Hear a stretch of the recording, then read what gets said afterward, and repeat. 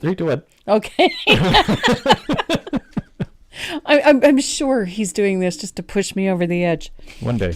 One day, yeah.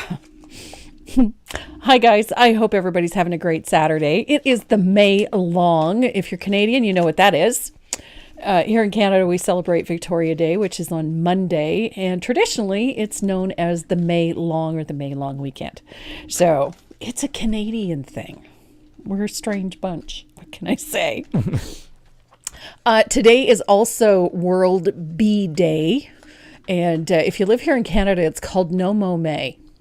You don't mow your lawn. You don't mow your lawn until after the May Long weekend. And the idea being is that it gives the bees an opportunity to wake up after their long winter nap and spend a little time buzzing around all of the dandelions and the weeds that get out of control for the entire month of May and drive my poor husband out of his mind. So we don't mow the lawn. Yes, but we mowed the lawn yesterday because it's the May Long weekend. So the theme for today is obviously bees. You know, I love bees. I love them in all sorts of things, and I particularly love painting them. So today we're painting the Welcome to My Home Sweet Home sign. I really like this one, the little beehive with the daisies and, of course, with lots of little bees. And so we're going to have some fun with that one. It's not a difficult one to paint. It is a lot of fun, and I think you're really going to enjoy it. And you don't have to have any special surface for it. An 8x10 canvas will work just fine, or an art panel, or even just a journal page, whatever you like. It'd be cute done on watercolor paper and then just pop it into a fun little frame. I think it would be really cute. So before we get to all of that, I wanted to go through the happy mail I got this week. It was very opportune, I have to say. I got a lovely little package yesterday from Elsie Sturm in Alberta, and is this not the cutest thing? Look at the way she packaged this. Made a little envelope out of scrapbook paper, glued on a little wooden butterfly button, which I absolutely love those buttons. And in the package were these gorgeous little bee earrings. So cute. Elsie, thank you so much. They're just gorgeous. I love them. And because it's World Bee Day, I had to wear my bee earrings my daughter made me for Mother's Day. And so I've just been tickled pink. I've been getting bee things all week. It's just fun. I got a lovely thank you card from Elsie too, with a lovely note in it. So Elsie, thank you very much. It was very sweet of you to think of me. And I got a wonderful Mother's Day card that says Mother's Day wishes. This is from Sandy Barton. Every holiday, every event, there's always a card in the mail from Sandy Barton. I wanted to let her know that this is just wonderful. It's so nice to open the mail and find a pretty little card like this one from a friend far away. And I do really appreciate it. So thank you, Sandy. And then I know I posted it on Facebook earlier this week, but Tracy Craig, I wanted you guys to see this. I know it was very pretty in the photo, but you really need to see this. I absolutely am in love with this. It says Queen Bee, c'est moi. A gorgeous bag. It has a wonderful little zip pull with Queen Bee on it. It's beautifully made, absolutely beautifully made. And then, of course, my scepters. I have a bee pen and, of course, one with a crown because, you know. Queen Bee. I'm the Queen Bee. This is just a beautifully made gift. And the effort and the expense that went into it was just astonishing to me. So Tracy, thank you again. I can't tell you how touched I was to get this. I'm very, very, I'm all mushy and I'm going to leak if I keep it up. So, it's an absolutely beautiful and very thoughtful gift, and I can't tell you how much I appreciate it. I gave her dead things. He gave me dead things, yes.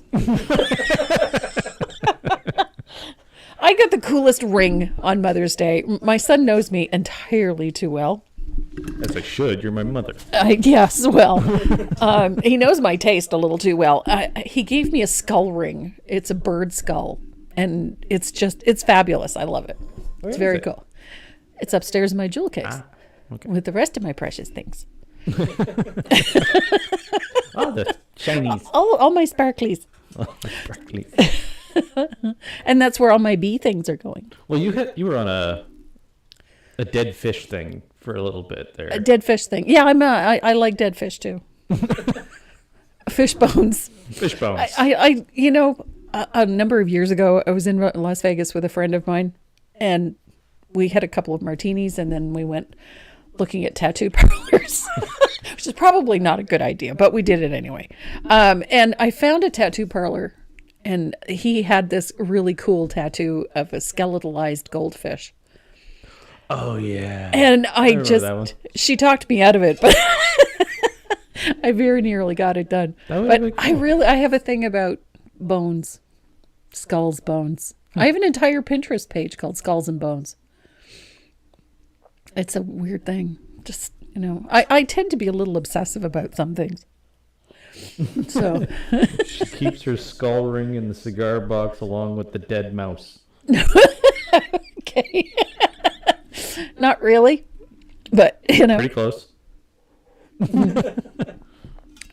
the only dead mouse that's in my jewel case is Mickey. I have a zombie bunny and a zombie cookie. And a zombie cookie. Yeah, Yep. that's right too. So I got to find, I like zombies. I don't like zombie movies, but I like zombies. So I'm going to have a little bit of fun working on a couple of new things in the last few days. And two of them are Christmas themed. So we're going to be painting something Christmas next weekend. Why not? It's summer. Well, almost. Exactly. Yeah. It's summer. Yes. We can have Christmas in summer. Yes, we can. No Christmas in July. Yeah. So next Saturday, we're painting Christmas. Weird. Yeah, I know, but I like it. So we're going to be doing something Christmassy next week. And I've been designing quite a bit. I haven't really had time to paint, but I've been designing quite a bit. So we're going to paint something festive next weekend. I haven't quite decided what surface I'm putting it on yet, but it'll be fun. And this week, to celebrate Bee Day, we're going to paint something with bees. No. Yeah. I know. I have a little obsession with bee things. And I discovered that my little sign, that there's only 2 Ks in the whole box of letters. Like, You can't put be kind, be kind, be kind. I couldn't, I had a picture in my head that I wanted to put up there and it just wasn't happening. So, because I didn't have enough Ks. So it's one be kind. That's it. Be kind. That's the best message I can send today. Be kind. Be kind. So, what am I forgetting? No shout out. I didn't do a shout out today. You did Happy Mail. And I did the Happy Mail. Oh, yes. Oh. Giveaways. Well, they're not. Is that all for today? No, they're not all for today. Okay. But half of them are. Half. Half. Yeah. The an left odd number. half. The left half. It's an odd number. Is it an odd number? Shouldn't be. It's 11. It's 11. 11. Okay. So we're going to do 6. Do 6 today? Yeah, we're going to do 6 today. So we have 6 giveaways today. And they're all marked Be Kind. And they have a variety of things in them because I've been busy. So we have, some of them have Dynasty Black Gold, some of them have Dynasty Faux Squirrel, some of them have stamps, some of them have stencils. There's a whole bunch of goodies in there. Because I like it. I like making sure you guys have goodies. So we have some really nice little giveaways today, and they are all based on a bee theme, of course, because today is not World Bee Day. So there's some gorgeous stamp sets. There's some black and black gold. Hello, black and yellow bee. I had to be black gold. So black gold brushes. And there's a bunch of other things. And then I got some really cute little pins to celebrate the week. So orders that have been going out, I've randomly been throwing a little bee pin in because we got some really cute little bees. And so I've been randomly, would you put that down? He's waving it at me. Yes, I can see it. I know what they are. Buzz, buzz. Buzz, buzz. So randomly, as orders have been going out, we've been tucking those in. So just to celebrate World Bee Day. And I think that's covers it all.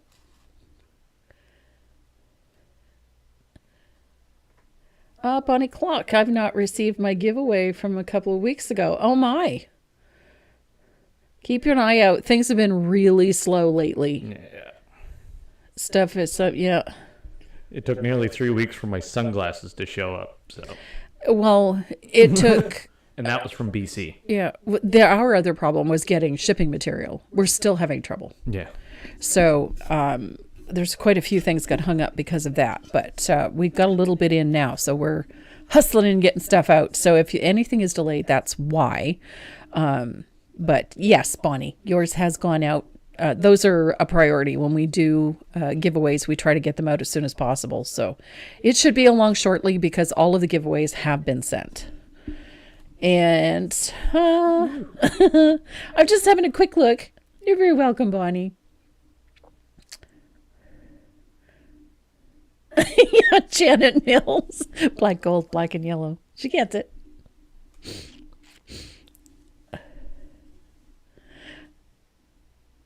Yeah, Virginia, you know what? We are generous with the giveaways. However, we are very fortunate that we have some really supportive suppliers that make sure that we have lots of goodies to give away. You guys are incredibly supportive of both the website and the channel, so it behooves us to make sure that, what goes around comes around. So we try to make sure that everybody has an opportunity and a chance to get in on some of these giveaways.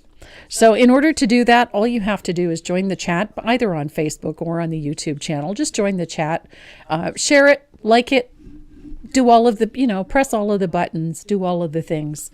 And Renee will copy and paste all of those names and puts them onto the wheel. We have a weekly average of 175 names on that wheel, which is pretty amazing, I think. It means everybody's got a 1 in 175 But, chance of winning. yeah, exactly. So, and of course, the more often you watch, the more often you play, the more often you chat, the better your chances are. Unless you're Judy Thacker. Unless you're Judy Thacker. Poor Judy. She finally won one. Honest to God. She never misses. She's always here. She's a phenomenal lady, and just it cracks me up that in almost 3 years she's only won once. And we sent her goodies one time just because we even tried to cheat and force it. Like her name was the only one on the wheel, and she still didn't win. So it was like, oh my gosh. Bad luck if you didn't have any. No kidding. All right. Oh, we got a donation from Supats. Of course. Not only is it World Bee Day. Yes. It is National Rescue Dog Day. Awesome. I That's guess so I gotta great. go get a dog now.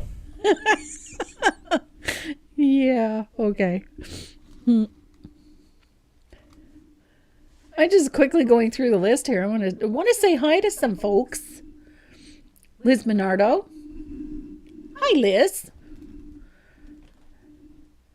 It's hard to see all the names on this thing today. Donna Baker, Georgia Althar. I was going to mispronounce that one badly there for a second. Lori Fife. Hi, sweetie. Long time no chat. Really looking forward to your next trip to the East Coast. 6 in 175? Not really. What's that? Because I removed the names from the wheel. So then it becomes 1 in 74, 1 in 174, then 1 in 173. I remove the winners. Yeah, the winners get removed. National Rescue Day, Janet Mills. So the odds get better. Yeah, they do.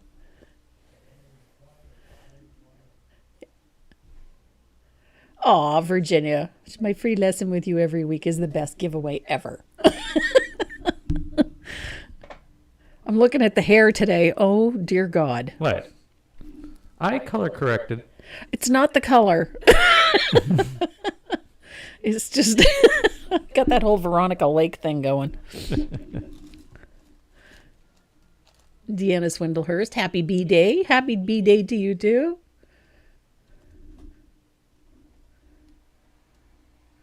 Oh my goodness, a bunch of names on here I'm not familiar with. Yeah. So nice to have you join us. So, Oh, there's Kiko Yumata. Kiko. Sweet lady. Mary Lou Harris.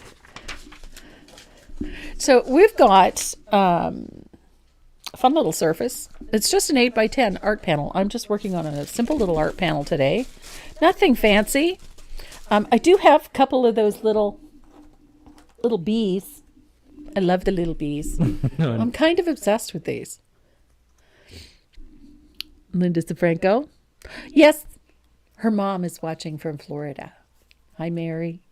Oh, she's in Florida. Yep. Right out. So we're going to be painting with these. I'm using these. The line drawing actually has little bumblebees on it, so you don't have to have the dimensional bees. But I'm, feeding my little obsession with these. So that, and I've been playing with my Cricut. So I made up a whole bunch of fun little art stuff bags with bees because I'm a little obsessed with bees.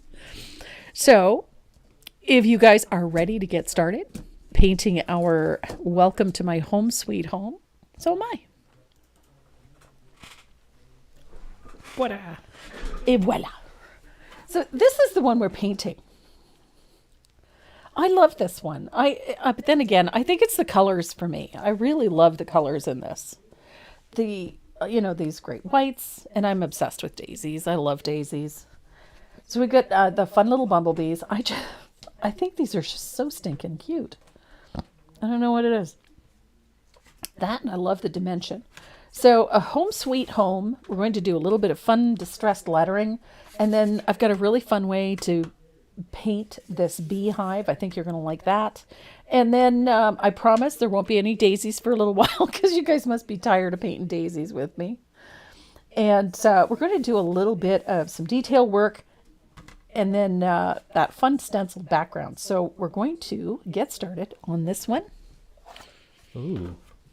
What's this? What's this? Sorry I'm late. I was busy making food. You were busy making food. I'm interested. What kind of food? Old-fashioned southern banana pudding for a cookout today. Means custard is cooked and stirring constantly, watching while I stir. I am not a custard person. Although the banana part sounds really good. The custard thing is like... Banana custard. Yeah. Well, you know what? To each his own. But I'm not a custard or a pudding person. I mean, the closest I get is yogurt. That's it. So for this background, I've got 2 coats of Prussian blue. I'm working over top of something that I had worked on before. So just to do this part. So I'm using a little bit of cobblestone, driftwood. Cobblestone, I think, is the one that I actually used. Yep. And I'm just stenciling this background really loosely. You don't need to, does not need to be perfect. In fact, it's better if it's not because we're going to distress it a little bit.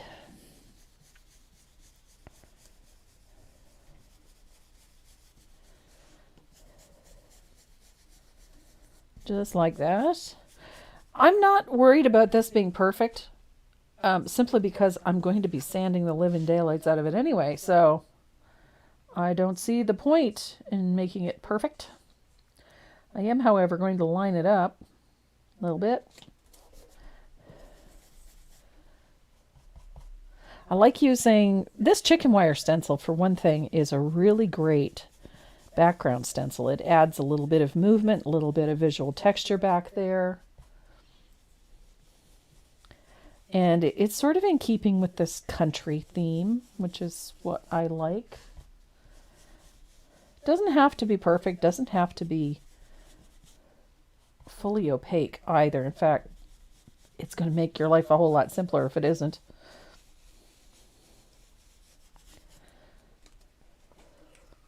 So I like the irregularity in this.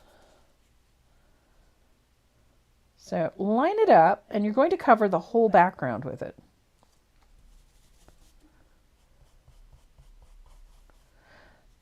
Now I'm using a little bit of cobblestone, and this is a 1/2 inch Stencil Pro stencil brush.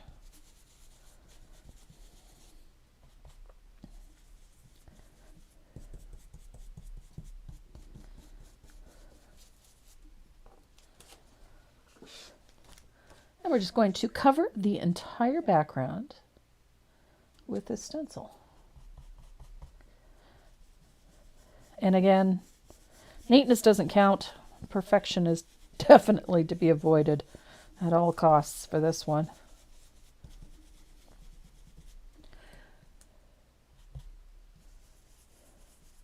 So I had a question for you guys.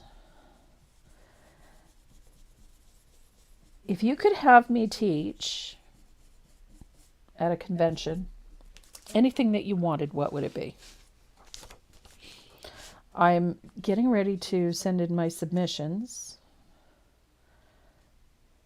for the convention in Tennessee. And I'm trying to decide what kinds of classes I should submit, what kind of subject I'd like to submit. So I'd really like to hear from you guys what you would like me to teach. And I already told Renee he's got to get his passport sorted out so that he can come with me.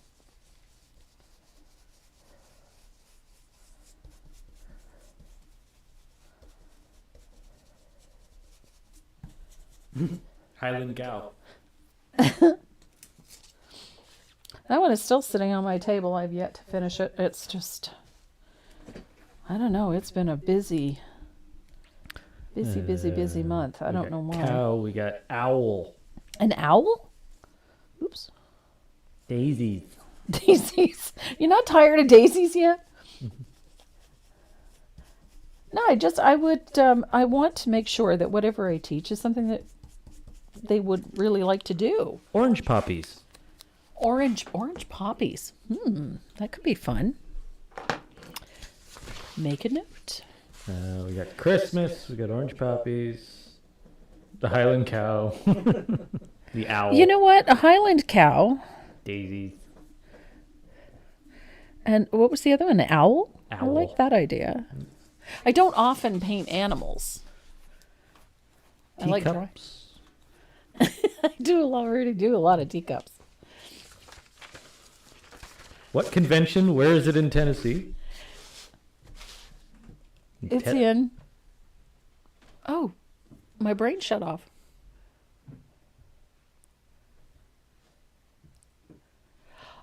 Oh my goodness. Hang on a sec. I get it. It's one of the weird sounding ones. It's in Chattanooga. Chattanooga. Tennessee. Chattanooga, Tennessee.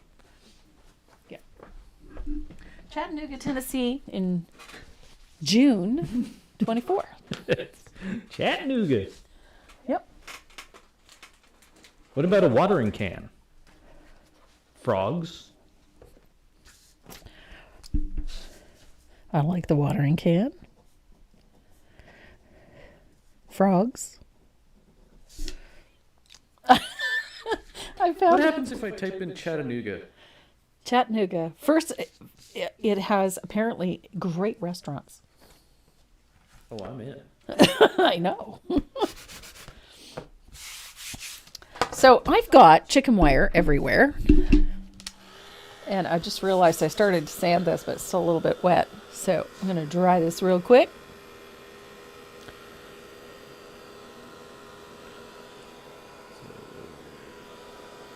When you think Chattanooga, what do you... So I'm going to sand this quite aggressively, actually. I want to wear this down a little.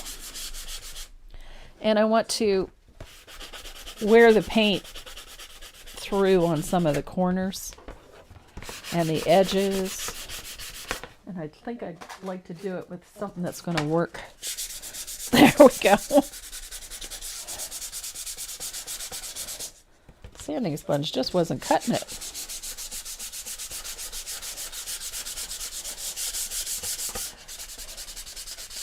So I like wearing the edges down. I like to expose some of the wood that's underneath in this case.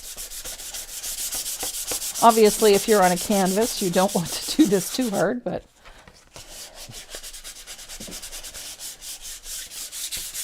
Chattanooga, Tennessee is the birthplace of the tow truck. okay. And home of the International Towing and Recovery Hall of Fame and Museum. Okay.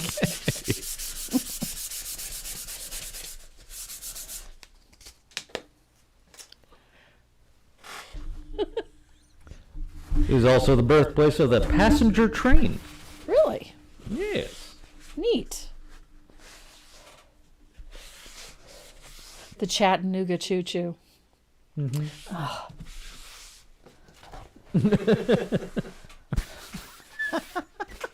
There's also the Hunter Museum of American Art. Mm-hmm. I knew that. National Medal of Honor Heritage Center. Yep. I'm going there. Yeah.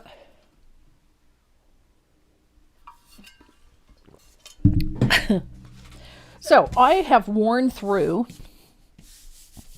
and distressed this. I don't want it to be perfect.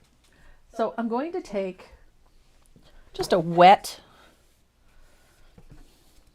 fugly brush and just brush off the dust. And it brings back that color really nicely. So that says a lot about the automotive industry. So while this is still wet, I'm going to take some thinned asphaltum and I'm going to brush over top of everything. A dog leash holder. Oh, you mean like like a hook? A hook? That would be cool. Pet leashes, yeah. Please no gnomes. No. No gnomes. Gnomes are fun, but no. I don't do gnomes. I've done a couple of them, but... Mom doesn't do too many landscapes. No, I don't. It's more of a technical aspect of... Well, it's not that. It's just, it's not my forte. Not even as I love doing, it depends on the landscape, I should say. I love things with buildings, lots of stones and like skylines, Tuscan type things. Yeah. I like that, but I've never been one for landscapes. It's not. Although when I first started oil painting, I did a lot of landscapes, but it was still life has always been my favorite. I like the textures.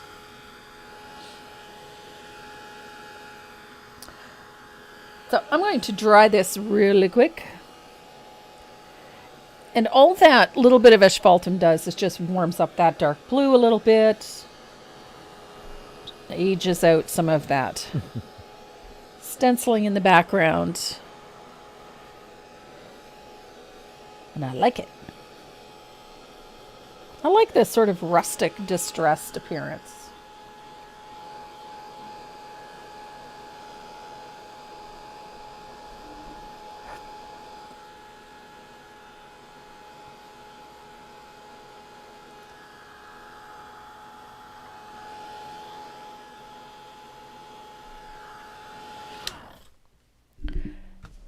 And then we have our background, and it's all ready. It's not a difficult background to do.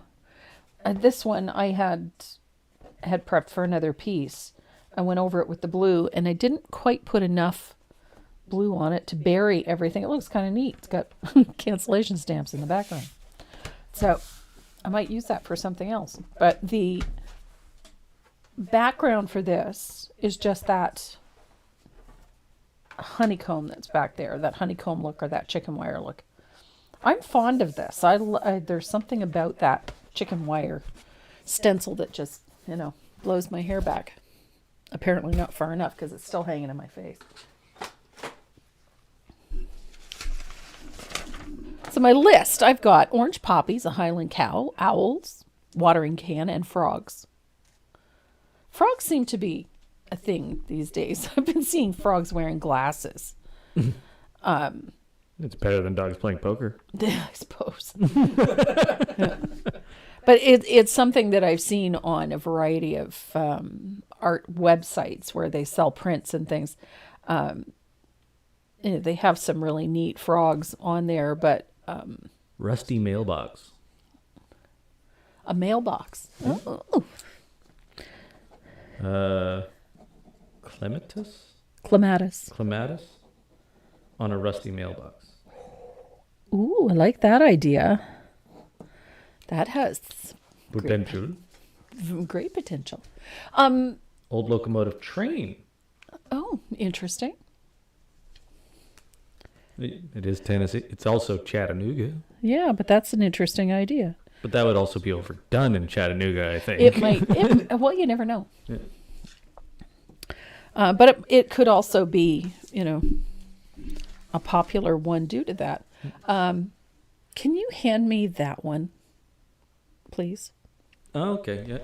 I see what you mean by rusty. I've been playing with rusty themes lately. And I've got one that I'm teaching. A couple of Zoom classes that I've got coming up are being done with this one. And it's a rusty pitcher, watering can, whatever you want to call it. And this one focuses on this rust technique that's on there. And you can actually feel it. It's not just painted. It has some texture. And then, of course, me and bugs, I don't know what to say about the bugs. But this is some upcoming Zoom classes that I'm doing. And then I was playing with that idea. Because I really am quite obsessed with the whole thing. And then I love sunflowers, so I had to do it again with sunflowers because I thought that would be fun. So it's just a variation on the same theme. And again, went in with this, rusty watering can, a rusty picture effect. So this one is just going to be a pattern, but the other one is an upcoming Zoom class. A couple of them actually.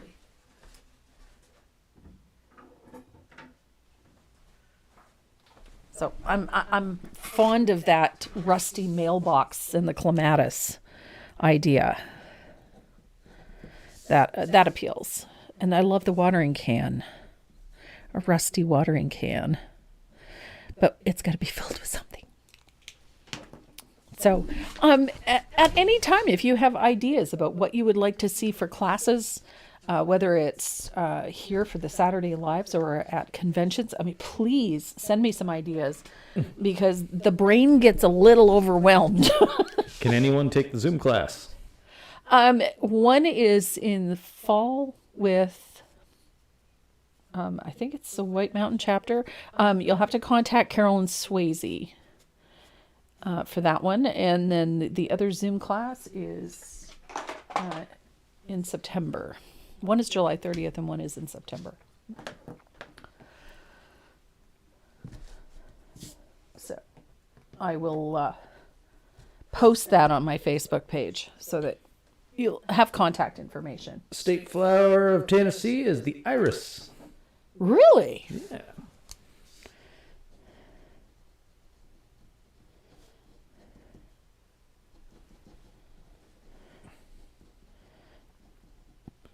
Now, where can we register for your Zoom classes? My Zoom classes are on my website. And I have a few coming up. So, and I'm going to be adding a couple more. Hummingbird and fuchsia.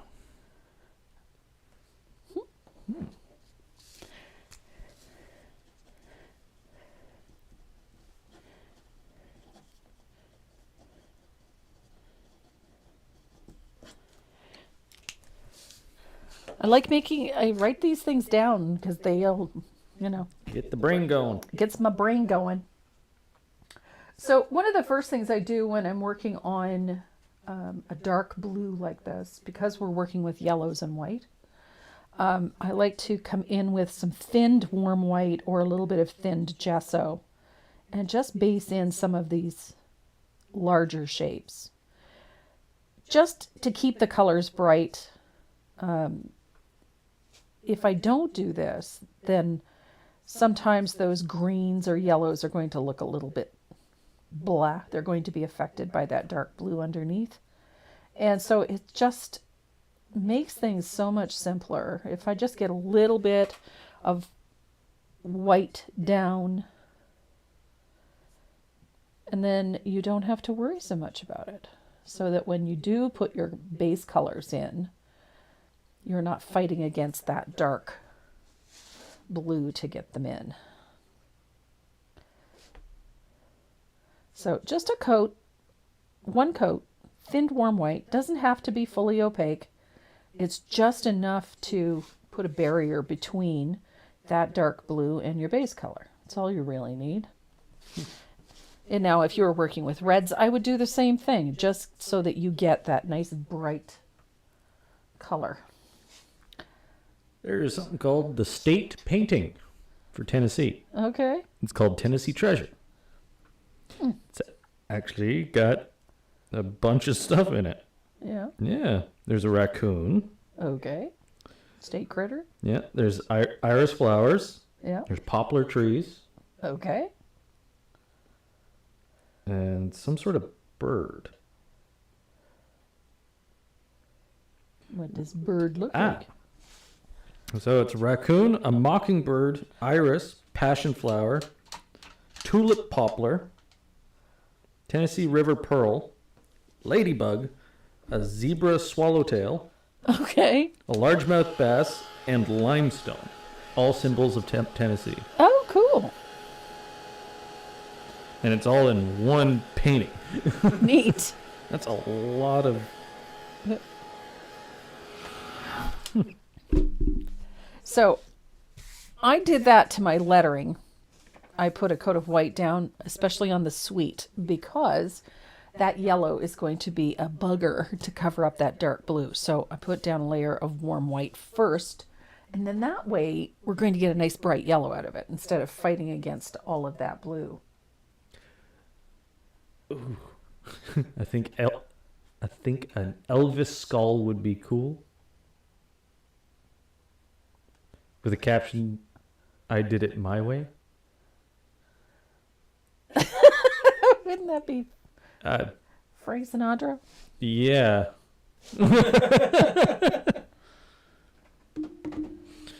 I did it my way is Frankie. Not Elvis. But is it originally? That's the question. Is it? I don't know. I don't know. Elvis did an awful lot of songs that got used by folks like Frank Sinatra and whatnot. So let's say, face it, Elvis was King. He was king. Especially in Tennessee. Because Memphis is not that far away. Yeah.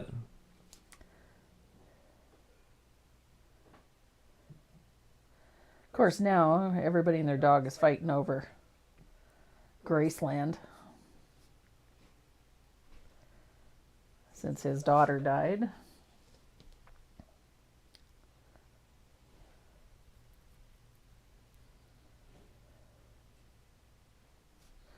So I'm just using a number 2 rigger to put a base on all of this lettering.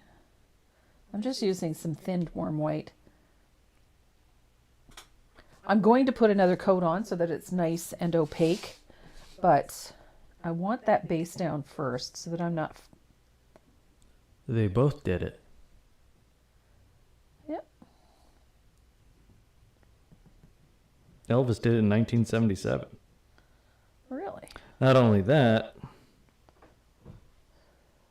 Frank Sinatra did it in 1977.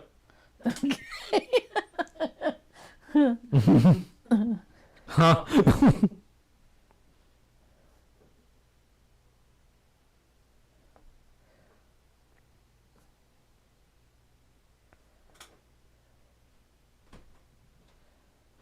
Well, if you're a Frankie fan,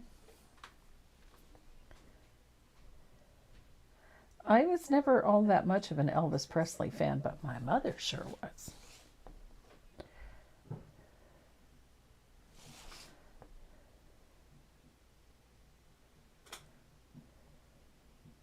So I've got my Home Sweet Home. I've got one coat warm white on there. I'm going to dry that. And then we're going to tackle that hive. Because quite honestly, this is where all the fun is anyway. So I'm going to make sure this is good and dry. And then when we're ready to actually paint in our lettering, it's not going to be as much hard work. So this hive down here, we're going to start with that opening in the hive. And I'm just going to paint in this opening with a little bit of lamp black. Frank Sinatra wrote and produced it. Okay. So now we know. And recorded it in 1968.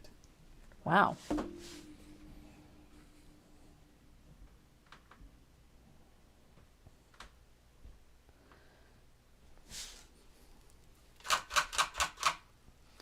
So you really don't need to do a whole lot more to that opening. I'm going to just try to find a small round brush here that doesn't look like it's been through the wars. Good gravy, Marie.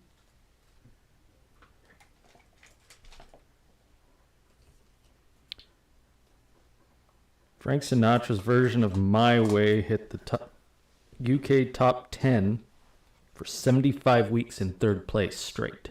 Oh my gosh. So we're going to need on our palette a little bit of this. This is deep ochre. I love this color. It's a nice deep ochre yellow. And the brush I'm using is a number 2 round. You can use a number 2 or a number 4. And this is, you're going to think this is just horrendous, but we're going to just stroke in each of those rows like so. You can leave a little gap. It's not going to hurt it. Just a little line.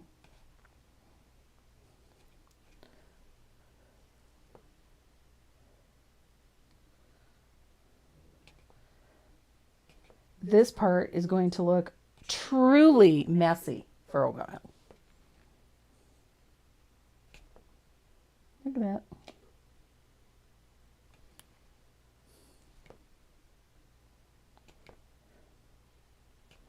Don't really want this hive to look too perfect because they were generally made out of straw.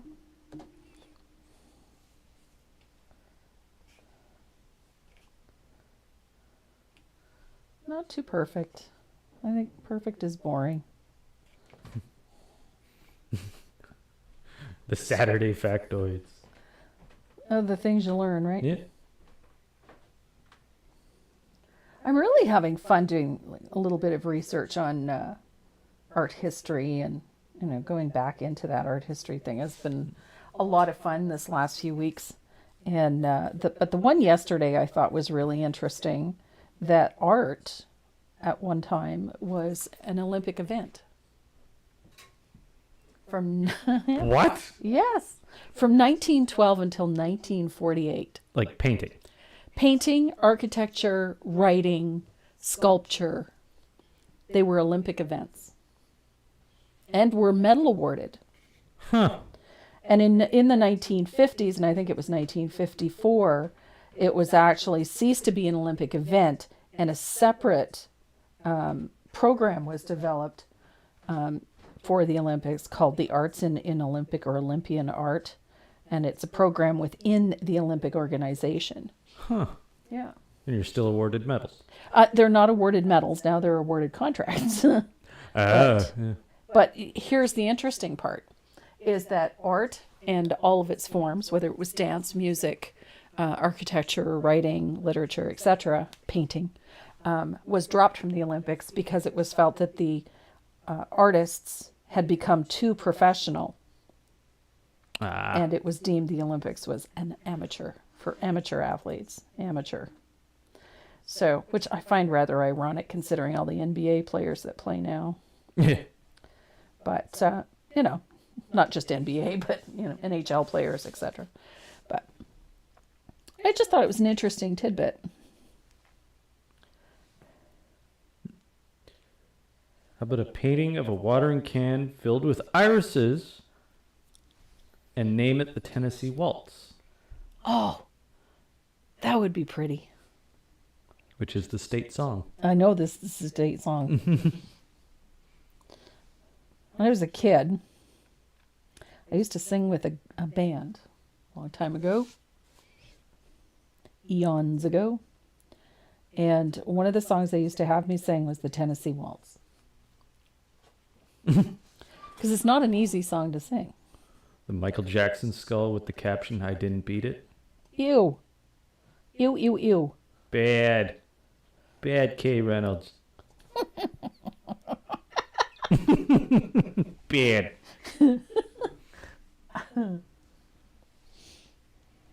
Garden wheelbarrow. I love the idea of like anything with a garden. I'm a happy camper when it comes to that. Considering that the only thing I grow with any success is mold, but Wooden flower cart. I love these ideas. See? So I've just been literally stroking in all of these rows with that ochre color. What's the state beverage? State beverage. It's milk. Ew. The The state, state beverage of Tennessee is milk. is milk. I would have thought it'd been Tennessee whiskey. You'd think, but no, it's milk.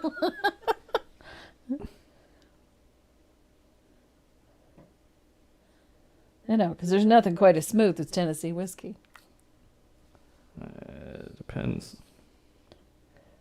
I suppose. Tennessee bourbon. Well, they call it whiskey. I don't know. They call it whiskey. It's bourbon. Yeah. We all know it's bourbon. So I'm just going back in and putting another coat on. So you can see this is not neat and tidy. This is not perfect. We're not going to give you time to sleep at all, Tracy. So your next stage for this, you're going to take that same ochre color and you're going to mix just a little bit of warm white with it. We just want to make it a little bit lighter. State food is the tomato. Tomato? Tomato. So, See? Look, state beverage. Milk. okay. The things we find out. So what we want to do is we're going to develop a highlight so that it follows the center portion, the exposed portion of this hive. So I've made a slightly lighter value of that base color, and I'm going to come to about here, half an inch or so in from the edge of our beehive, and I'm going to stroke right over top of those stripes on each row with that slightly lighter value, and it is only slightly lighter. It's not perfect. These are going to look very chunky and rough, and that's okay.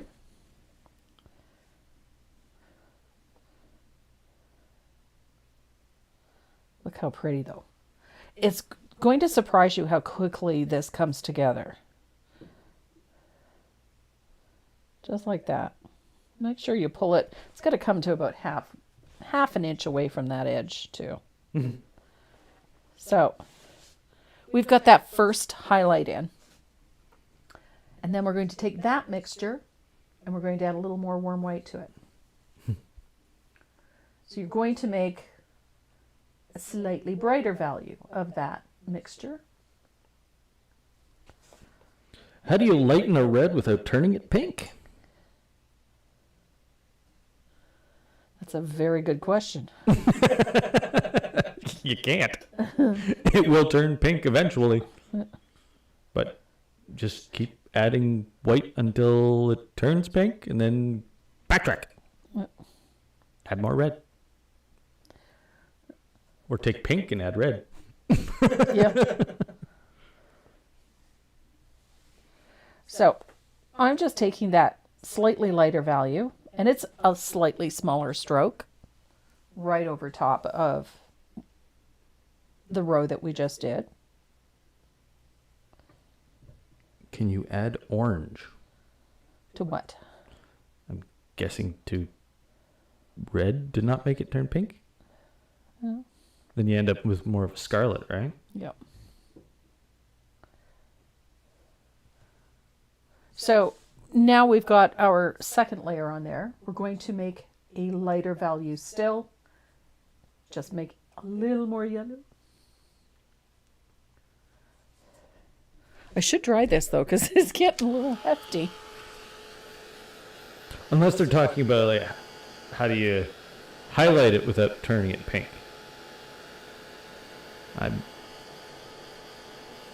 How do you lighten red without turning pink? Well, pink is a lighter value of red. Yeah. Let it dry, yeah.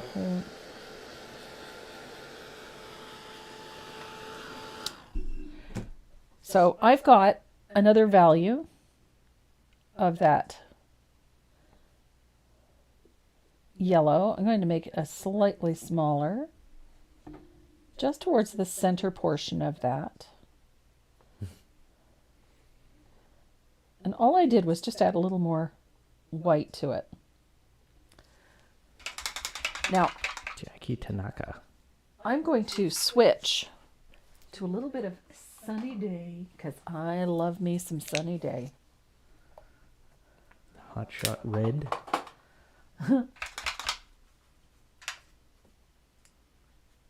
Fire Engine Red. The reddest of reds. Fire Engine Red is a blue red. What? It's a blue red. It's on the cooler side of red. Huh. Did not know that.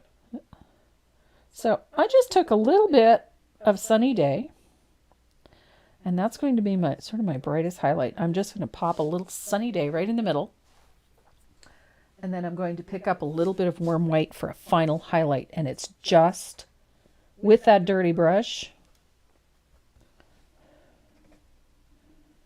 and it's just a light small stroke. I don't want a ton of it, and it's all centered right in that part there.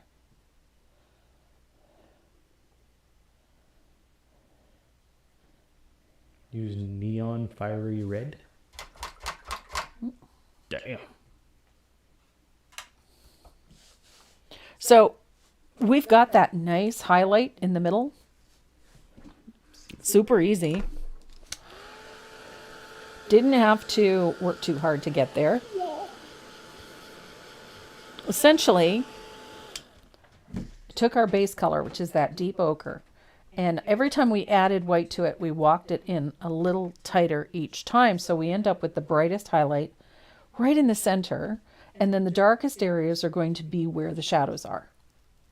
So to deepen all of that, we're going to take out our asphaltum. Maybe, if I can get it out of the bottle. Because I didn't close my bottle, so now I got this plug thing.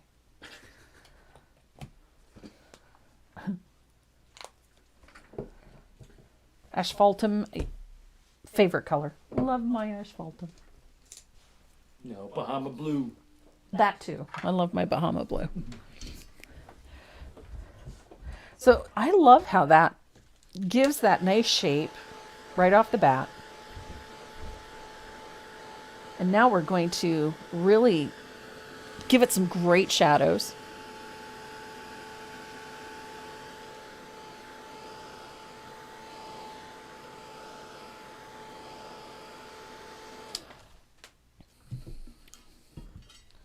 And I'm using a nice big 1/2 inch angled shader. I'm using this one. It's a Dynasty Water Lily.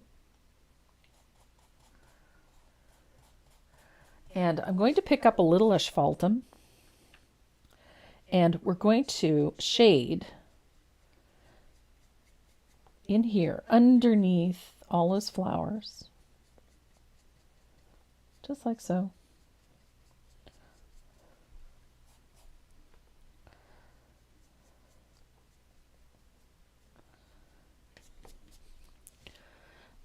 So this is going to come together pretty quickly. I love that this asphaltum works this nicely over that. I love this color. That deep ochre is just fabulous. And then I'm going to do the same thing on the other side. And it always amazes me how quickly this comes together in here, that this shading pulls this thing together.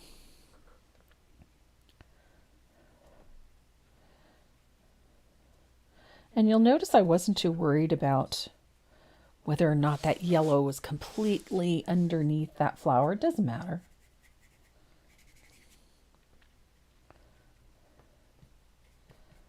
It's going to have all kinds of funky little flaws and textures, and we want that because this thing is made out of hay, for heaven's sake. It's straw.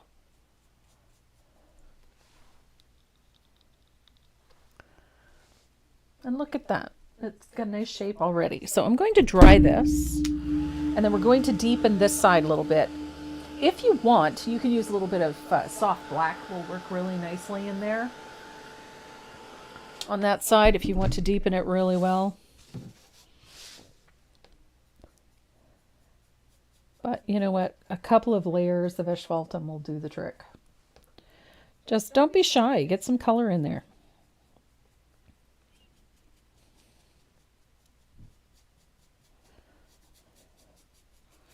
And you'll also notice that I'm not worrying about whether or not these floats are absolutely perfect, because it doesn't matter. We want that texture. So let's get some nice shadows under there. Look at that coming together. I love the textures. I love that roughness. Now, if you want to, you can pull a little asphaltum in a few places along those little lines, like that, just to accentuate that texture a little bit and to delineate those rows if you want to. Just gives it a little more oomph and details it nicely.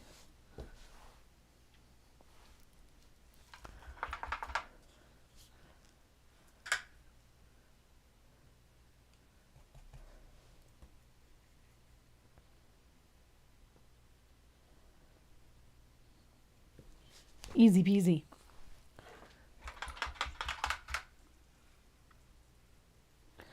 So I'm going to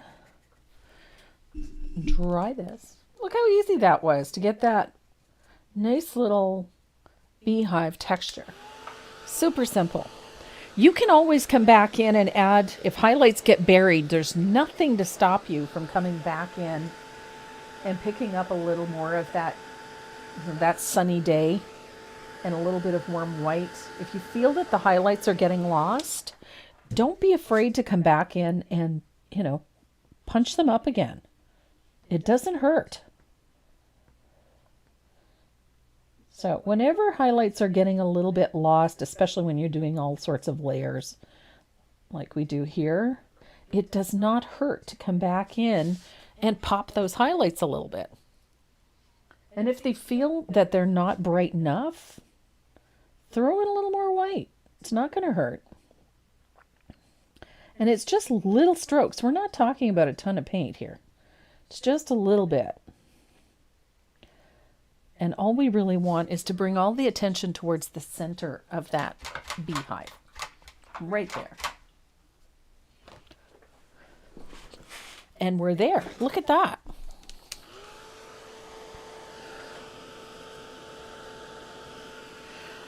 It's a very loose method, so don't beat yourself up. It's going to have little gaps and little lines, and that's okay.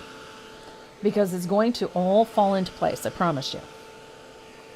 Not to mention the fact, if you find something you really don't like, stick a bee on it. There's absolutely nothing wrong with that. So I think I am happy. So, and you notice that I didn't worry too much about all these little dark areas, these little bits here. Don't fuss with that. Don't worry about it. So I'm going to use a little bit of antique green is my base color for my leaves. And again,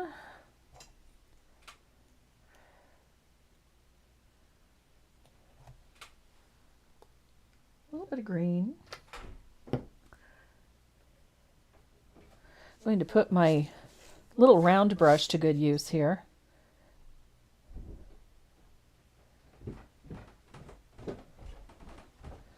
And I'm going to base out those leaves with a little bit of antique green. Remember our little small leaves? This is where that white, remember what we did with the white? Put that white base down for these leaves. Well, we have to welcome Linda Dolan to Creating with Tracy. Yay! Just became a member. Now she gets her little paintbrush. She'll get her little paintbrush.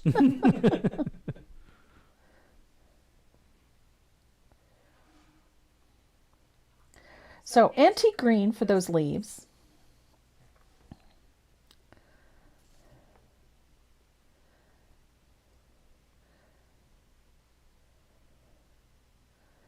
And in general, I only use one coat. Because I put a white base down, and I really don't worry about getting, a solid base coat with this, simply because I'm putting 3 other colors over top of these leaves. Never going to see whether or not it had a solid base coat or not. It doesn't matter. So, antique green. Love it. It's my favorite green. And I'm going to come out now to base coat these leaves too. One coat. Oh, that sounded like it hurt. You know why? Because you said ow.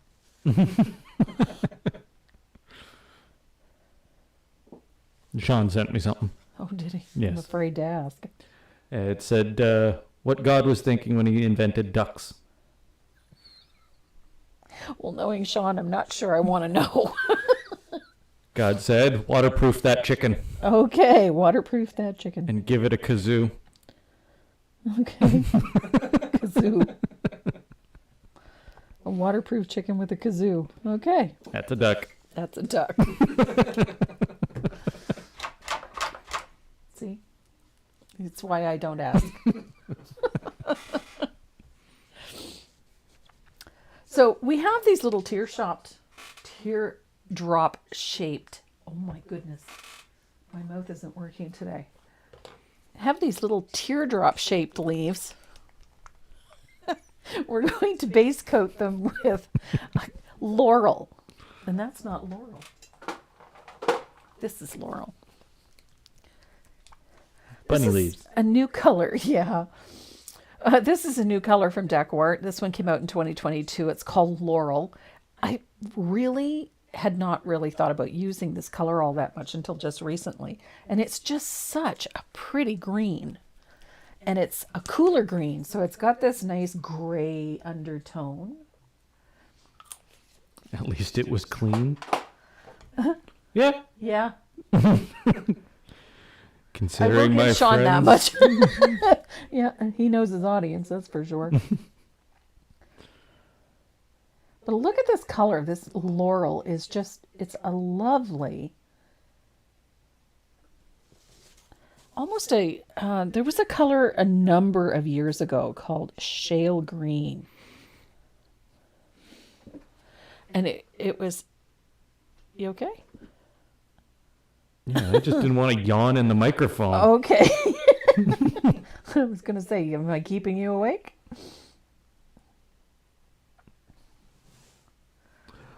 Karen's making yummy cake. Is she? Yeah. She can't mail yummy cake. I have blueberry pie. And you can thank Karen for that because she's the one that gave me all those flippin' blueberries. Oh. Thank you, Karen. Finally using up the last of those. She gave me like 10 pounds of blueberries, so I'm finally using the last of them. Silver sage. That's the color I was trying to think of. Silver sage. It's a pretty cooler green, and this is very similar. It's not quite as gray, but it's very close. It's very pretty green. What kind of cake? Yummy cake. It's called yummy cake. It's yummy. Mind you, I think all cake is yummy. You think food is yummy? Food is delicious.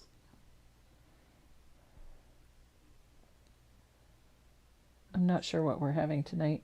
I'm going to throw something on the grill. Barbecue. I'm happy. So, I've got all my leaves based. I'm going to dry this.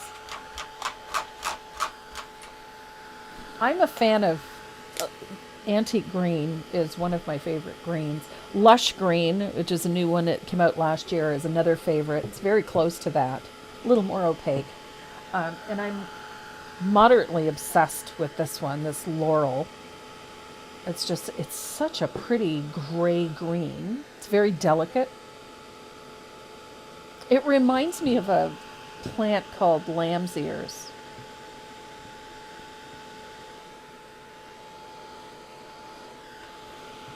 And succulents, I suppose. Oops. So that's that laurel. So this is looking a little ragged. That's okay. It's going to look better in a minute. Because I just realized I missed a leaf right here. It got buried under all that asphaltum. So I'm going to put the white back in. And I'll dry it, and then I'll piece coat it the proper color. What the? Heat gun is all tangled up in the cables to the microphone. I'm going to put a little bit of antique green on this. Now that I have fixed my boo-boo. There.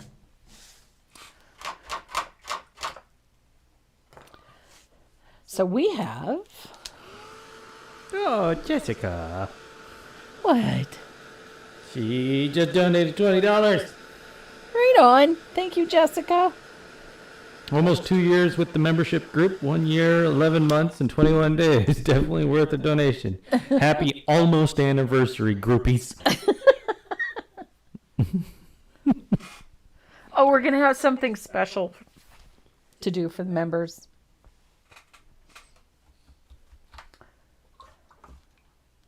That's coming up soon. Jeez, it's May 20th. I know. So, I'm going to come in here and put a fair amount of warm white on these centers here. I want them a little bit more opaque than they were because I'm going to be putting a very bright yellow in there, and I want bright yellow, not a kind of yellow. I want a bright yellow. So I'm going to make sure that that's got a good coat of warm white in there. So let's talk about these leaves. Now these, I'm going to really do these quite simple. Whoa. Whoa, what? What, whoa?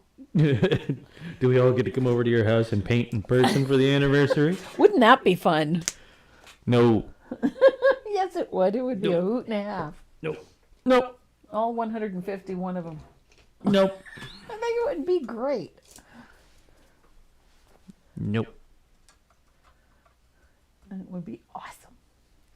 So we're going to start with these leaves. And I'm using a little bit of plantation pine. And we're going to shade underneath our petals and separate the leaves with a float of that plantation pine. I love this green. It's very transparent and it's quite dark. And because of that, you have a little bit of control. Tracy, did you realize how close the color laurel is to desert cactus?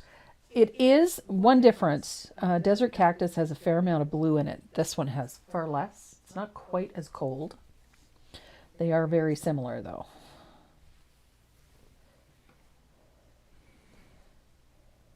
Hello from Colorado Springs.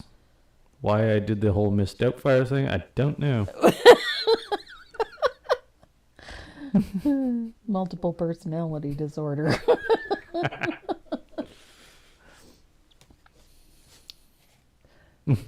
Who says it's a disorder?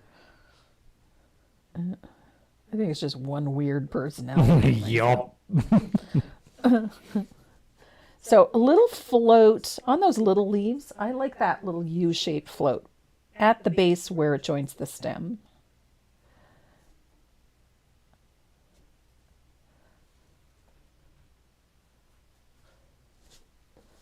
Now, when I float underneath these flowers, you notice that I just keep that pointed edge towards the flower.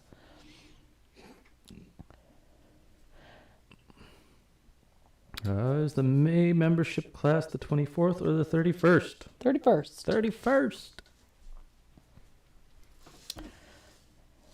We're going to have so much fun. Can I ask what the medium is in the jar? This Joe Sonia's Fast Dry Glaze. That's what that is, and I use it all the time for everything. It's my float medium, my paint thinner, it's you name it. I use it for everything. So I'm going to put a shadow down the center vein of my leaves with a little float of plantation pine. Ooh, they're beating you to the punch. Are they? Yeah, Sheila was on the ball on that one. Sheila just finished the most amazing pattern. Like crazy amazing. She designs these towns. And so she's literally got like this village. It's beautiful. And she did a bookstore. Okay. It's amazing. It's just amazing. You have to check it out. So if you're looking for some really cool painting techniques, some really cool design work, go and check out Sheila's website. This newest piece of hers is just spectacular. Do The you bookstore. sell Joe Sonia I do not. It's very difficult for me to get it. I've tried. I have a distributor here, but he has not been able to get the bigger bottles. And I had the 2-ounce bottles, but honestly, they're so expensive to ship. It's ridiculous. Ooh, we got a bunch of questions about the medium. Oh, yeah? Yeah. Will the flow medium work the same way? No, it does not. The flow medium is actually an extender. And so it works very differently. This one is a fast dry glaze medium. And so when I use it, the fast dry is the reason why. So it acts like it makes paint transparent. It makes paint thinner without losing the color intensity. And so I can float with it. I can do line work with it. It self-levels, so I can base coat with it and get rid of brush marks. I can make thin glazes of color that stick. If you've ever had a problem floating when you're using water, and when you go to varnish, you end up wiping off the line work or wiping off the float, it's because all you've got on the surface is just pigment. There's no binders or anything remaining in the paint because it's been diluted past its point. And that's one of the reasons that I use this. If I use this instead of water, I can get that transparency. I get those nice smooth floats, those nice transparent layers of color. but they have all of the binders, and so they stick to the surface. So it makes a much more solid, much more stable painted piece. I love this source? stuff. Pardon me? Canadian source? Canadian source, stockade.ca. Stockade. Yes. Delta Arts and Crafts in Edmonton. There you go. Yeah. For the smoke-filled Albertans. Yes. Oh my goodness. What else we got here? Can you share Sheila's website? That's easy. It's in the description. If you're on the Facebook page watching this, there's a little thing above the live portion on the post that will have the link in it, but offhand, it's tollpaintingdesigns.com. I absolutely love Sheila's buildings, their little village. Her town is just gorgeous. Each one of them is a piece of art in and of itself. And if you haven't seen one of Sheila's pattern packets, they're freaking incredible. Do you use the medium when you pick up paint for dry brushing? No. They wouldn't be dry brushing. No.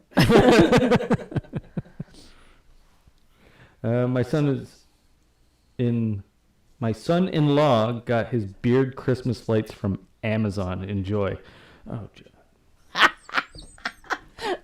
Where's my phone? I got to check this out now. Beard lights. Is that a thing? I hope not. Hallelujah. Oh my God. Beard lights, Christmas. Oh, I'm getting these. Oh, dear Lord. Beard lights, trim, decorative clip, light, Christmas beard, bauble bells, decoration. That's awesome.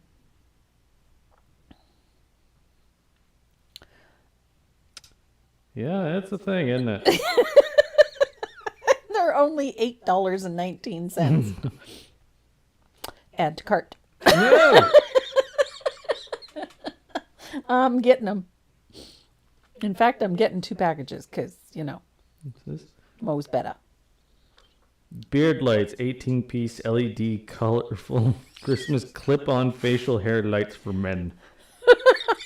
Oh my God. That was my thought for the day earlier this week. It was a public service announcement. Gentlemen, you should never compliment a woman on her mustache, even if no matter how epic it is. Yep. Okay. I put those in my... Oh yeah, if it's at $2,000 come the 12 days of Christmas, you're getting glitter and lights, and we're already at the glitter stage. So and I just ordered the lights. She's just preparing. I'm way ahead of you. I ordered lights. 2 batteries included. Woohoo! That's hysterical.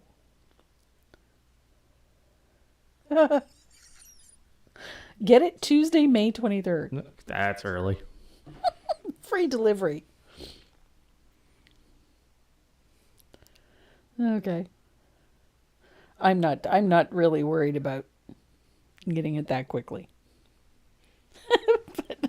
but I'm ordering them now so that we have them. Thank you for that. I appreciate it. So we're about ready to start putting some highlights and some other shadows on these leaves. This is a color I don't use very often, but I love it. This one is Mermaid Tail. And it's just the perfect shading color for this laurel. So we're going to use just a little bit of this. I don't need a lot because this is the only place I'm using it. So I'm going to use just a teeny tiny bit. And we're going to shade the base of the leaf with just a little float of that mermaid tail. It just gives them, it's such a pretty contrast. So little U-shaped float, darkest value towards the stem of the leaf. So pretty. What was it? Renee, is there a breed of yellow setter? Yes, it's called an English setter. It's just a color that can occur in the breed. It's not a breed of its own. It's just an English setter that comes out with a color. Just like Malinois comes in black with hazelnut. Yeah, it's just a variation. It's just a variation. Color. Mermaid tail. I love that color. So to highlight those little oval leaves or teardrop shaped leaves, I'm just going to use a little bit of thinned warm white just at the edge, the outer edge of the leaf, just like that. Nothing fancy. Just a little bit, just to keep that edge light. It kind of gives that leaf a little bit of a frosted look, I think. That's the goal. So, speaking of goals. Oh, Lord. Yeah. So, the 1500 was for the glitter beer. Yeah. Oh. 2000 gets you lights. Yep. We're preparing for lights. You're getting close. Yeah. 2500 gets you ornaments.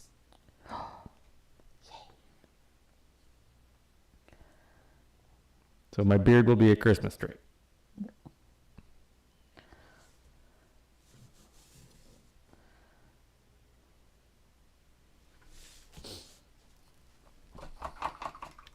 So, little bit of warm white out at the edge of those leaves.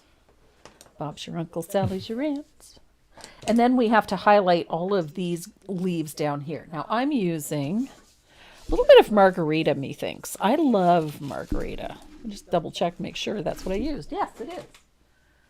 My memory isn't what it once was. Where did I put my margarita? Okay, I've painted way too many bees lately. Because I've got bees everywhere. Margarita. You need to see Robin S. new dog. Oh my God. Yeah, the little Frenchie? The little Frenchie. Oh. No. No. No. I get the impression he's got wonky back legs. He's a little bit bow-legged in the back. And his eyes are a little buggy. Yeah. And he's very small for his age. It's probably a follow-up pup. Yeah. He's very small. Yeah. That sounds exactly like what happens to follow-up pups. He's 5 months old and only 6.5 pounds. Yeah. And he's so stinking cute. No, I will not do stockings. Will you do a hat? Oh, I was going to do a hat regardless. Okay. Good, because I ordered one. Just try and get out of it now. So I put just a little float of margarita green at the tips of these small leaves. We put the shadow at the base, that shade and color at the base. And I'm using just a little bit at the tip of the leaf. You guys probably watched me paint these a million times, so you know that I like the simplest method. 9 times out of 10, the simplest method is going to give you the biggest bang for the buck. And I love how it just, look at that. So pretty. So pretty. It makes those little leaves stand out a little bit. Gives you nice crisp points. Changed his name to Gizmo. Gizmo? We have a Gizmo. That was Robin Storm. Yeah. So we end up calling him Giz. Yeah. My next dog is going to be named Snafu. Snafu. Yeah.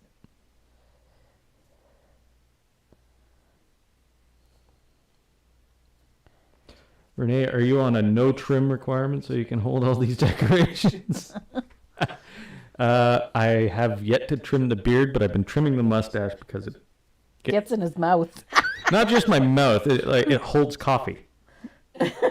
So I trim it so it doesn't hold coffee. So I'm highlighting the bigger leaves with just a little of that margarita green. Just to give it a nice little punch. Mind you, I'm going to have to trim around the ears because it's starting to go in there. Well, you've kept it neat and tidy, I will say that. I try. The worst is in the morning because it knots up. Well, and he works for a public venue, so he has to look neat and tidy, so.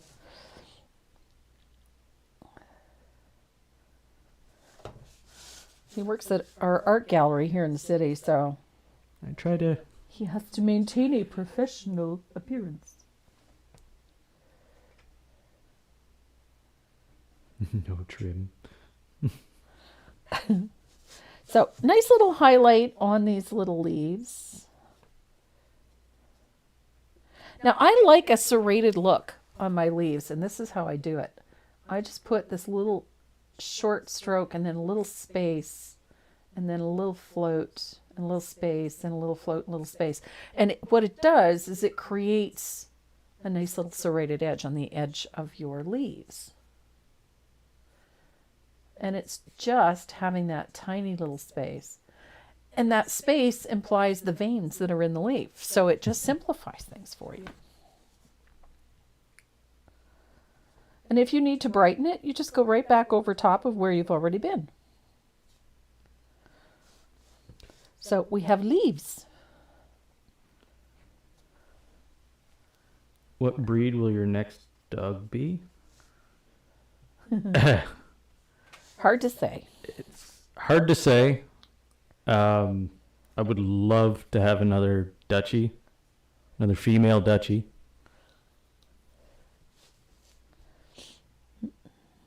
I'd like to get a female Belgian, just because they have higher tenacity.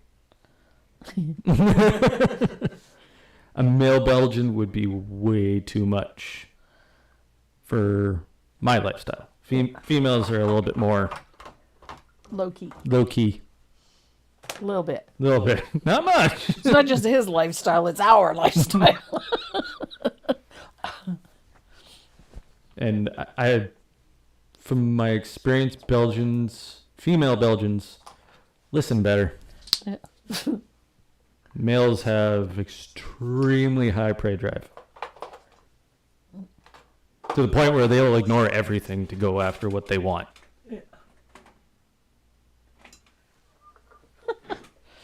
But if I could, I'd try and find another Dutchie. But they're highly controlled. Yeah. Same with Belgians. Belgians are controlled as well. So we have just the daisies to work on now.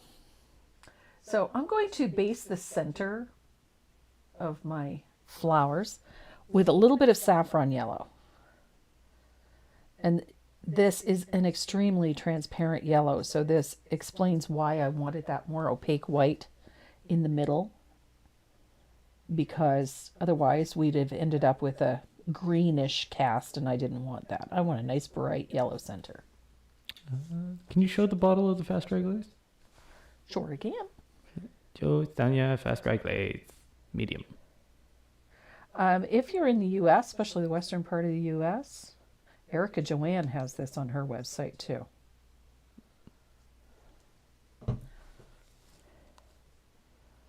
Jessica's leaving. I have to go. All my son needs me to help him get his wood lathe. Cool. So I've got the center in. So now we're going to stroke in those petals. Now we've got a nice white base down, but I want these to be a little more opaque. So I'm going to grab my rigger. You can do this with a round brush. You can do this with a small rigger. So I'm just going to stroke in and put a base right over top of all of that white with warm white.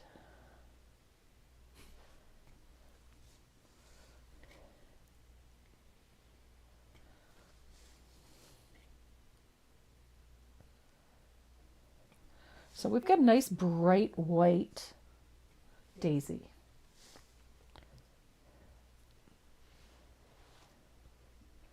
And try to do it in as few strokes as possible. And if you have any brush marks in it, that's okay. It's just going to create a little more texture to these daisies, which is a good thing.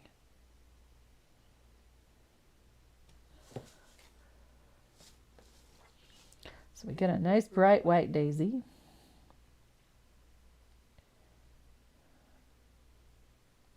I'm really hoping it doesn't rain tomorrow so I can do some work on my herb garden. Is it supposed to rain tomorrow? I think so. So I got the new planter for my herb garden. Big honking thing. I love it.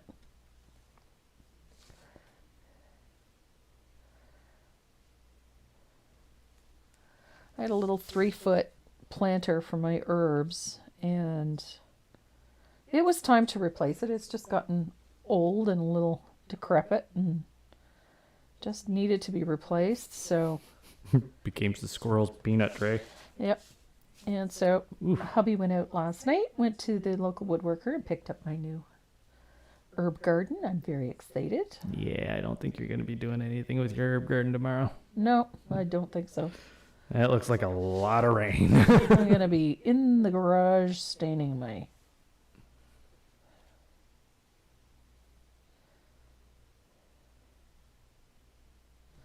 and probably emptying out my pantry because I'm going to paint my pantry.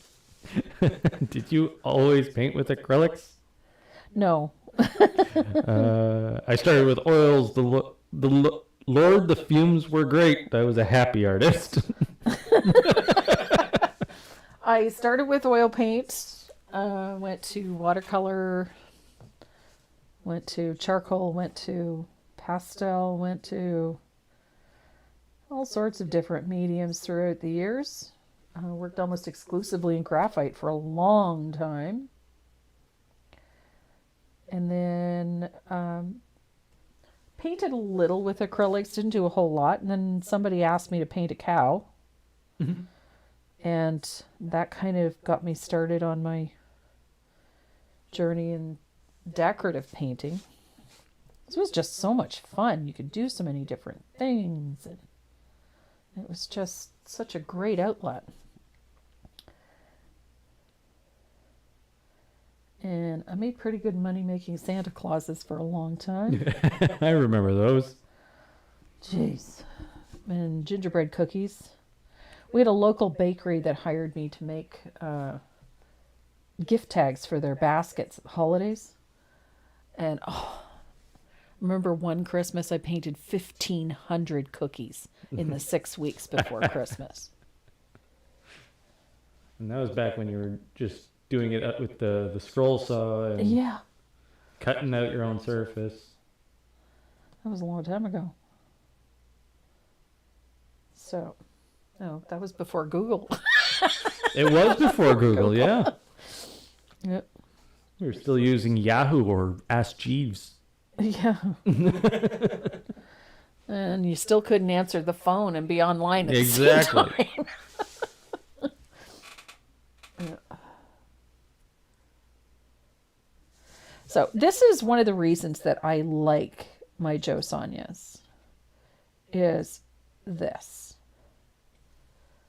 When I put a little bit of that medium in my paint, it just flows off the brush. And it makes the painting part so much simpler. So you have great control over the paint. And that's the biggest battle is if your paint's not the right consistency and you're trying to get it to do something in particular, like come off the brush this way, and the paint's not the right consistency, it's virtually impossible to control it. But if I throw a little Joe Sonias into my paint, look at how easily it flows off that brush. So I can stroke in these things with very little effort.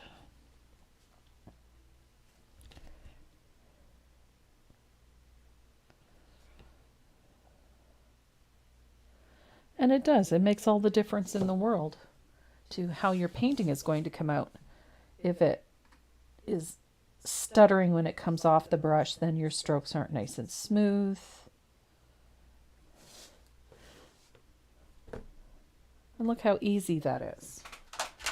It just helps make the paint move. I love it.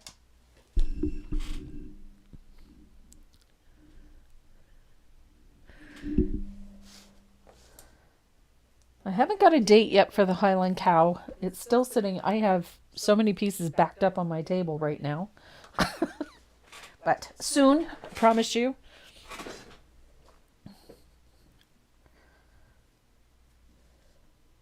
So we have daisies.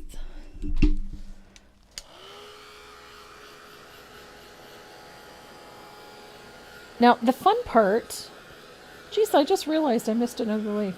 The fun part of this is putting all of the little details in. Not that I use a ton of detail, but I do like a little bit. And I keep asking myself, how come I keep missing all these little leaves? But I missed another one.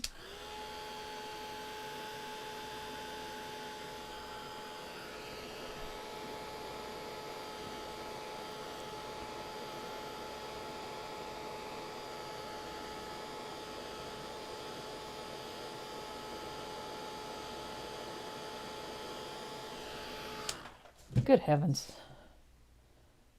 It wouldn't do not to have this leaf painted. There we go.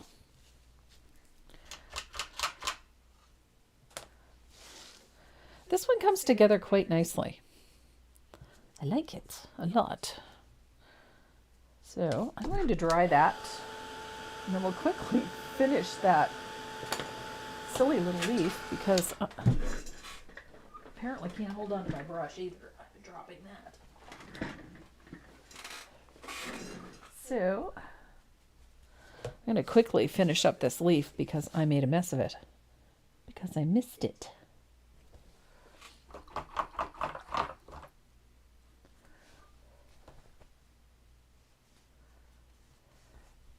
So we're going to put just some fun little details in. I don't heavily detail things that much, but the fun little details are what give all of these flowers their shape and their depth. And so we need to put in some shading and some highlighting on our flowers. I'm going to be using a little bit of Bahama Blue. I know that's shocking. I love Bahama Blue. I think it's my favorite blue that Decowork makes, if not my favorite Decowork color. One could argue that Asphaltum is my favorite. It's perhaps the most used, but not necessarily my favorite. So I'm going to take a little bit of Bahama Blue. I don't want a ton of it. And we're going to add a little shading at the base of all of these petals, down towards the center. And it's just, again, that little U-shaped float. I use that U shape a lot. Instead of a straight line, I find a lot of the time when we're shading things, we do things in a straight line and it just doesn't work. Not aesthetically. So I like to use that sort of U shape because it just helps give a little more definition and a little more shape to things. So there's our little U shape. You can also use it to separate some of these petals if you feel it needs it. I think that this is pretty okay as it is. So I'm going to use that little bit of Bahama Blue. You notice I don't worry too much about making sure that it's, precisely on every single petal. It doesn't matter. If it goes onto the background in the back, that's fine. It's not going to hurt it. But it also subdues some of those little shadows, those little open areas that, that got left in there. That's okay too. I love that little bit of Bahama Blue back there. Just gives our flowers a nice coolness. Keeps them nice and summery, and it really does make the yellow in the center pop.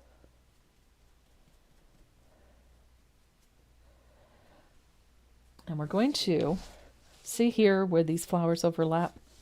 I'm going to pull that Bahama blue in there too, just so that it sets that flower back. There we go.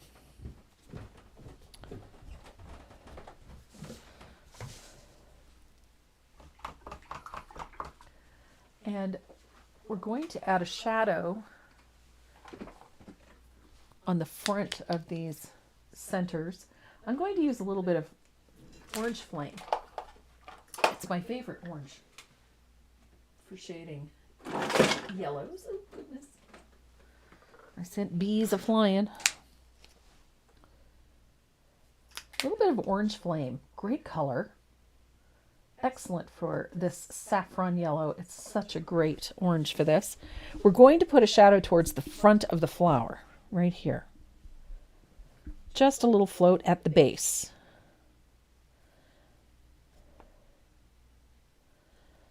And it's going to give those centers a little more heat.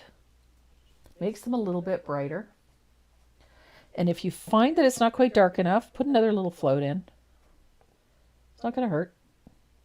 Just pops, makes those centers pop. It also gives them shape, rounds them out a little bit. So I'm going to dry that.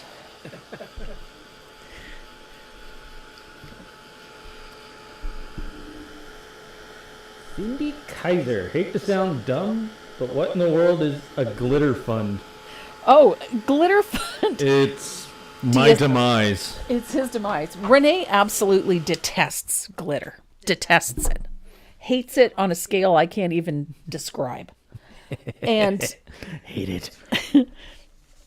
He came up with this brilliant idea that if we could raise $1,500 for our local animal shelter, that he would decorate his beard with glitter for the holidays. Because we do an annual live called the 12 Days of Christmas. We have lots of prizes to give away. We just have a great time.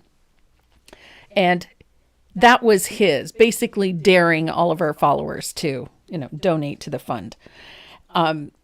So we had to have $1,500 by the 12th of December, which was the goal. We are past that 1,500. Yeah, what you see on the screen is not accurate. Because we have a little donation spot on the website for it as well that he didn't know about. Until just recently. I still think it's cheating. It is not cheating. It's cheating.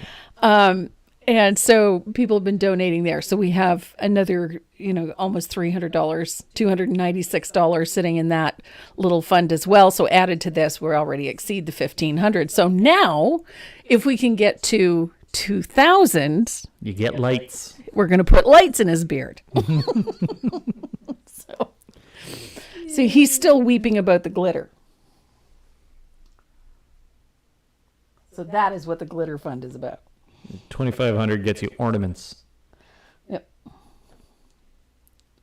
And all of the proceeds go to our local animal shelters, the Oromocto and Fredericton animal shelters,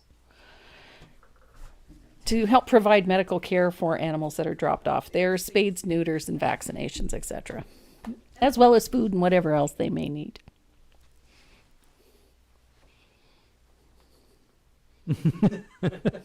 Thank you for clearing that up. I'm new to all this and was confused. And who are we talking to? Cindy Kaiser. Hi, Cindy. Welcome. Glad to have you here. We do this every Saturday. All this foolishness and painting and fun stuff. So I'm glad you joined us. Thanks. So if you're watching, is she on the YouTube channel or on Facebook page? YouTube. On the YouTube channel. So hit the red subscribe button and join us. So get notifications. Turn on your bell notifications so that you join us every Saturday. And because you're in the chat, if you hit the share or hit the subscribe button, your name gets added to the wheel for some of the giveaways that we do every week. We got 6 of them today. We got 6 of them today, and they're all bee themed because today is, all about bees. World Bee Day. It's World Bee Day. So I've got Some nice blue. See how those daisies just pop now? They get nice shape. We're going to make them pop even more. I'm going to take a little bit of that thinned asphaltum, that dark brown that I love so much. At $5,000, you should sing us some Christmas carols while all dolled up. Okay. Tell you what, you hit $5,000, I will go to the animal shelter check in hand with the glitter beard and the lights. And maybe see a puppy or two. Yeah, because, there has to be a benefit. Yeah. So there's got to be something in it for me. So I'm just floating over top of that orange with a little bit of thinned asphaltum. And I thin it quite a bit. You don't want it full strength. You just want to tone this, give it a little shading. And then I put a little float in the center. So now it's got a little dip in the middle. I thought you were going to do that anyway. He probably would have done that just for fun. No, he'd probably wait till it was, some public venue where he could embarrass the hell out of me. Again, there's got to be some benefit to me. Yeah. You're talking to a guy that wore 3-foot-long pink bunny ears in a grocery store just to get on my nerves. Yep. And flirted with every woman he met. Yes. Which he does anyway, but... Yeah. That's what I do.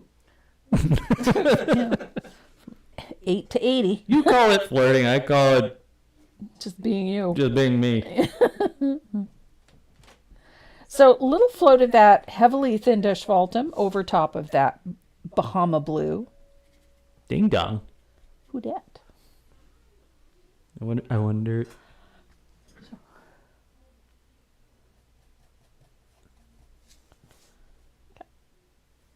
There we go. Little float. I was going to say, maybe Benny escaped again. Benny's a cutie pie. He is. He's not too bright, though. But he's a retriever. Yeah. One of our neighbors, he's an RCMP officer. he has a puppy named Benny. Benny's a golden retriever. And he's quite something. He escapes on a regular basis. He escapes custody. Yeah. Here we go. Golden retrievers. What? The best way to describe them. They're happy, Yes. but they don't know why. Yeah. Okay. And I'm happy and I don't know why. You're going to have to excuse me. You entertain them because I have nature calls. Oh. Excuse me for a moment. Okay, I'll be okay. right back. Shale green. Trying to catch up with the chat here. What's going on? Can't wait for all the glitter. I can wait a little bit longer. We had a border collie. Border collie Eskimo cross. Nice.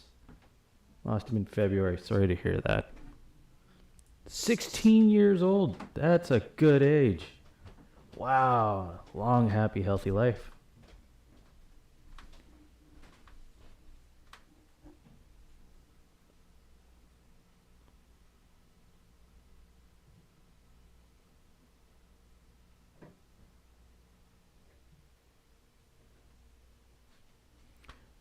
A follow-up pup. Follow-up pups are usually a puppy that is ready to come out, but there's one in front of it, so it gets stuck in the birth canal for a little bit of time. And since they're so malleable when they're young, they end up with deformities, usually around the skull.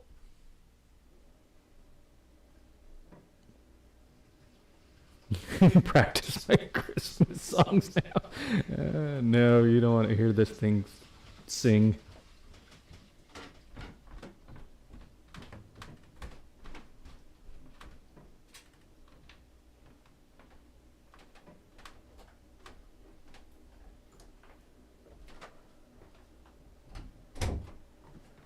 quiet. It's too quiet. Oh, he was wondering. Sorry about that, gang. Virginia was wondering what a follow-up pup was. It's a runt, Yeah. but he gets stuck in the birth canal Okay. because there's another puppy ahead of it.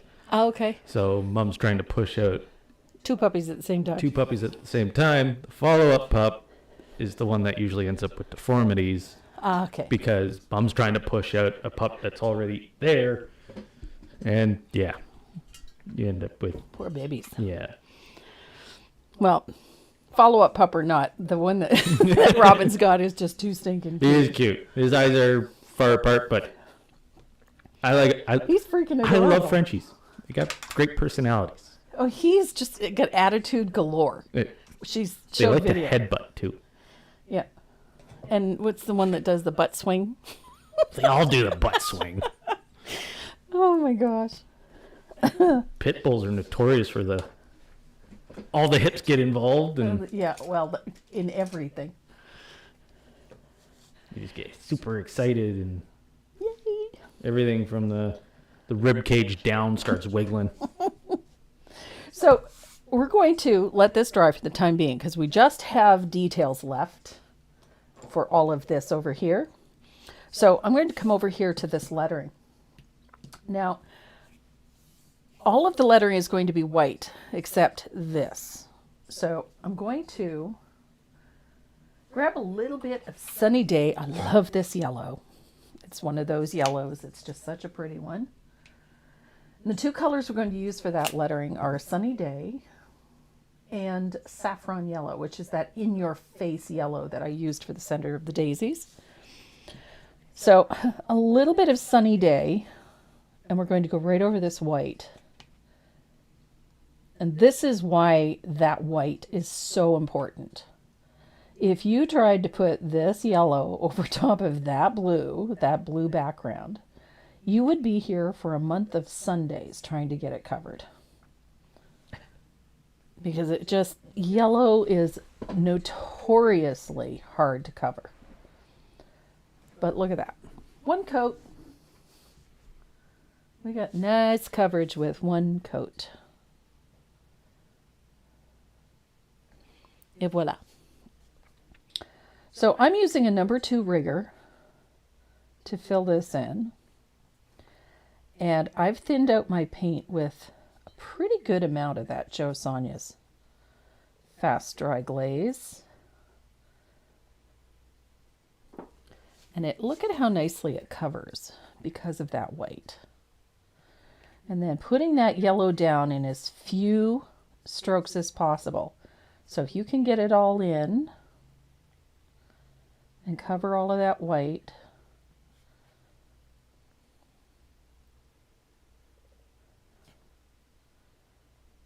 Perfect. How would you describe a poodle? Classy protection. That's a good description. That's really As long as we're talking like standard poodle. Yeah, standard poodle, yeah. Yeah, if we're talking standard French poodle, classy protection. Yeah. They're very protective of single owners. Lovely dogs too. I prefer them when they're all clipped, shorn. Yeah, Yeah, they're a lovely looking dog. they're a high maintenance dog. Yeah.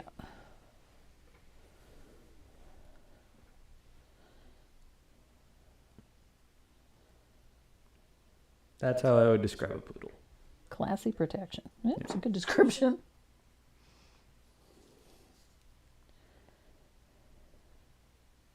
Yeah, they're very wary of strangers and And smart.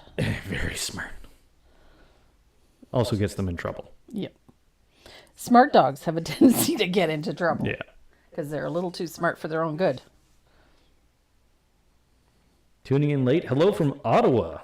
Hello. From the nation's capital.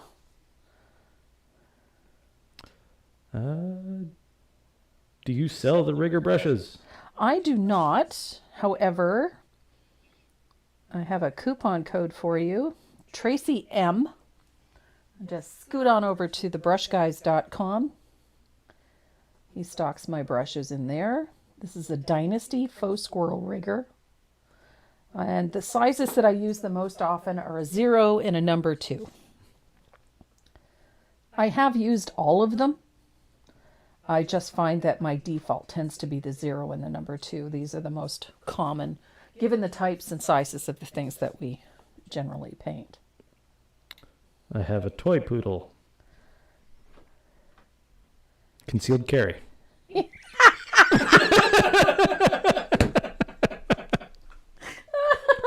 Oh my goodness. Yeah. Yeah. Yep, that's More protection. more protection. Handheld. Handheld, yeah. Yeah. That's cute. Compact size, that's what it is.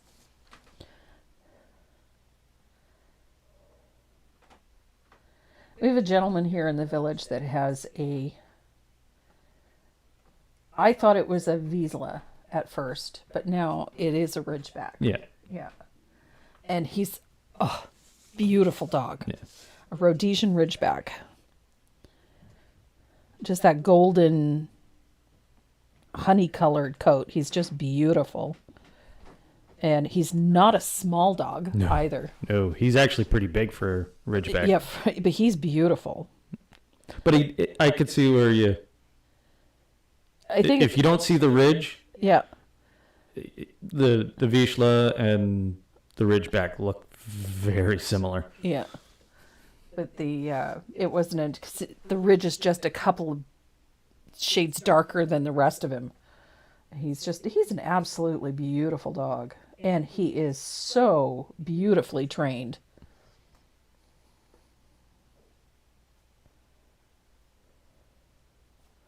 So, but look at how that sunny day just pops off that dark blue. I love it.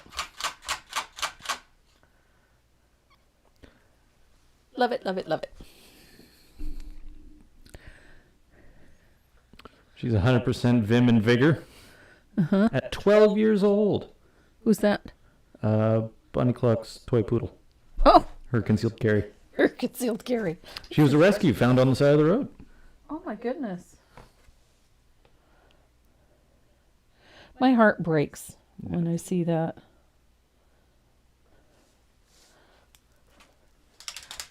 So I've got enough white on this one, but this top one doesn't. Let me show you how easy this lettering is to do with this. The one I'm working with right now is a 0. And I'm just thinning out a little bit of warm white. And I start my letter at the top. If you press down, let the brush open up, it'll fill that space really nicely. And because of the way the riggers are shaped, although it looks like a liner brush, it really is not shaped like one at all. It is shaped more like a flat. So it has a chisel edge. And so you can work that chisel edge to your advantage. And you can get really nice, crisp, clean, straight. Straight being the operative word when it comes to lettering. It has to be nice and straight and level. Otherwise, you're going to be sitting in a room looking at this piece wondering what is bugging you about it, and it's going to be that the lettering is crooked or not level. And if you're anything like me, I'm the person that straightens the paintings as they're walking around the house because, they got knocked out of kilter for whatever reason. And it will drive me out of my mind. And there's nothing worse than seeing an absolutely beautiful painted piece and then the lettering is crooked. And I've seen it a lot where people put this tremendous effort and incredible detail into their painted piece, and then the lettering just takes all of the attention away from all of that beautiful hard work because it's crooked or it's not straight or.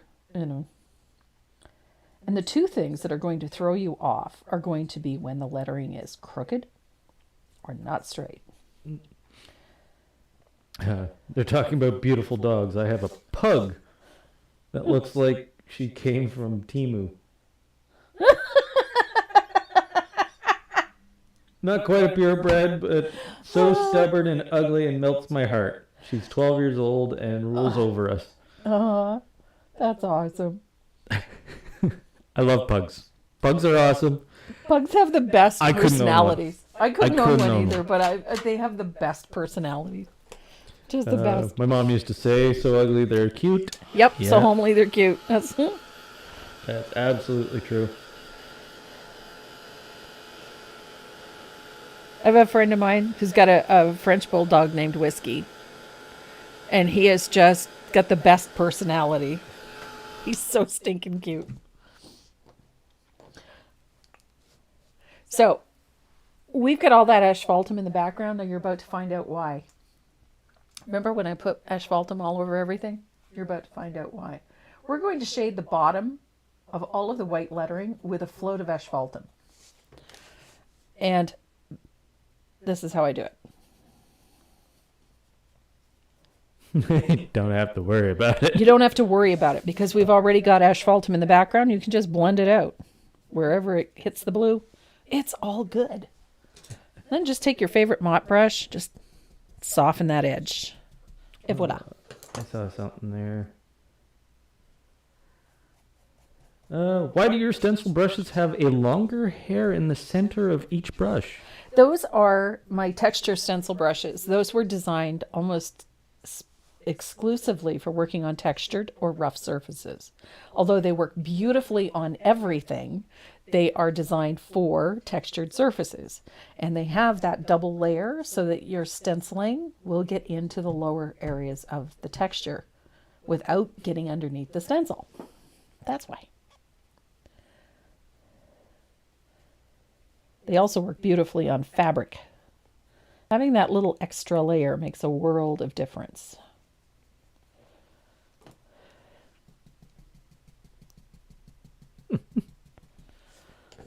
So, got my shading on the bottom of my letters, and I'm going to switch to a slightly smaller brush. I'm going to switch to a 3/8 because for this next part we need to have a little more control. Now I'm using a 3/8 angle, and it's loaded with saffron. So I'm going to pull a little saffron, and I'm going to pull that color about halfway up the lettering. A little float, halfway up.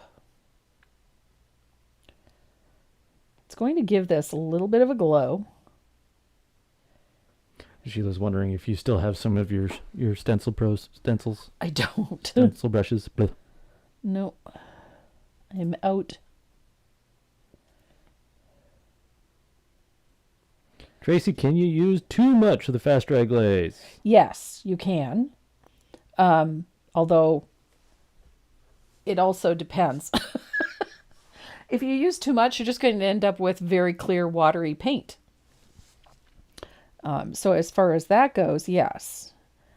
But as to it ruining something or wrecking your paint, no. It's not going to hurt it. It's just going to make it more and more transparent as you go. So I've got a float of that saffron yellow across the bottom. I'm going to dry this. And then we're going to take a little bit of orange flame and do the final shade. Any tips for stenciling on fabric? Yes. Tip number 1, make sure that your stencil is taped firmly to the surface. And not just one place, in at least 3 or 4 places so that it does not shift. And then don't be shy with the paint. You don't want to have it gobs of it on the brush, but don't be shy with it. So if you have to do it 3 or 4 times to get the color you want, then do it 3 or 4 times.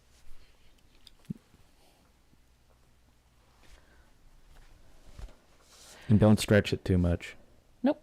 That's another big one. Yep. Don't stretch the fabric. Put it on to a nice board so that it's firm and stable, and then tape your stencil to it so that it doesn't move. So our next step for this lettering, we're going to take some of that orange flame and we're going to go right over that saffron, almost to the halfway, not quite all the way, but almost.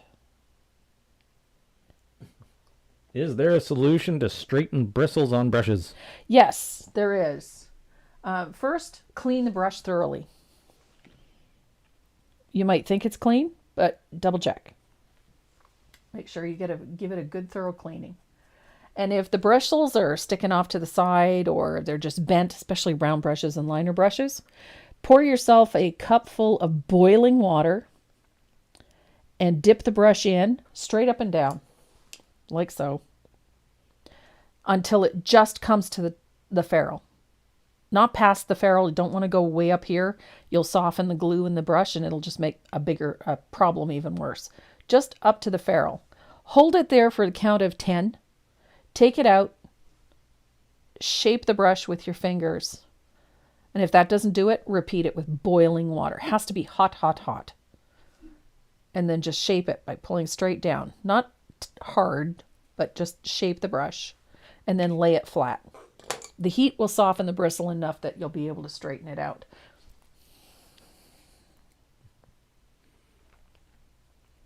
Ah, Miss Ruby, the long-haired dachshund. I love dachshunds. Karen's little dog. They're a pain. They're so cute. They are cute. They are loyal. They are protective. They have so many health issues. So that little float of orange flame over top of that saffron, look at that. You get that nice glow, that honey glow. And then we're going to put a little bit of a highlight on that honey. That's sweet. She isn't so little. I'm just going to use a little stroke of warm white, and it's just a little stroke. Like that. Just to make it look slick. That's all I want. There's your highlight. You don't need a highlight on the white lettering for obvious reasons. So now, I'm going to dry this. We're going to have a little bit of fun with some bumblebees, and then we're going to start adding all of our little details. Do you brush mix your glazing medium with your paint? Yes. I don't use water when I paint. I dip into my glazing medium. So if I would have rinsed my brush out in my water basin, instead of picking up water on my brush, I go into this. And then I paint, and then I rinse my brush, and then I come back to this. So whenever I'm adding moisture to my brush, I use the glaze. Here's a good tip for working on fabric. What's that? Place a piece of sandpaper underneath the fabric to help it keep in place. Yep, that's a very good idea. So I have 2 of these little bees. And the process for painting these is the same as for the drawn bees that I have in the line drawing.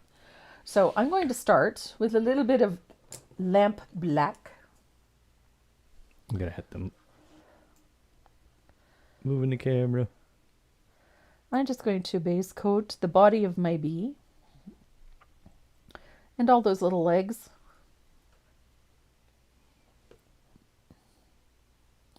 With some lamp black. Carolyn, thank you for the 50 stars. Right on, thank you. See, you got a dot. Dot came up. And Oh, did she? Yeah. She does it for stars, subscribers, and followers. Somebody asked me a question the other day about, we have that in the donation button through PayPal on the website. She asked me about the dog that's on it. For those of you who aren't familiar, that beautiful black dog that you see was our Miss Dot. Yes. Unfortunately, we lost her this year. She had a, what is it called? Spinal necrosis. It's a form of spinal necrosis, yeah. It was, she ended up with an autoimmune disease that ended up eating away at her spinal cord. which The name is a foot long. Anyway, it was progressing and had started progressing rather rapidly in the last few months. So, degenerative myelopathy. myelopathy, yeah. Myelopathy. It's essentially the casing around the spinal cord started deteriorating, and the proteins were hitting the nerves. Yep. So, although she wasn't in any pain, she was rapidly losing a lot of her functions. So, the vet initially said it was descending, which meant it was going towards her tail, which is good. Yep. Means longer life, but then didn't mean that it couldn't decide to go the other direction. Yeah. At any point in time.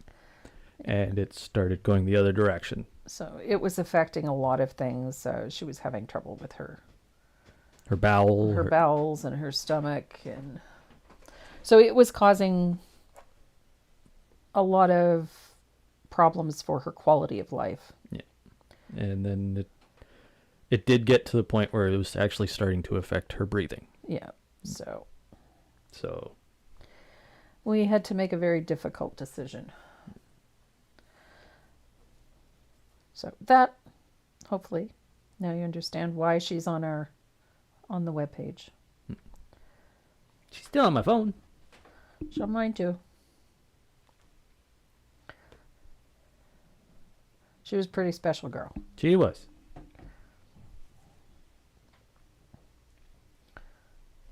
So, bumblebees. Because today is all about the bumblebees. And she was a rescue.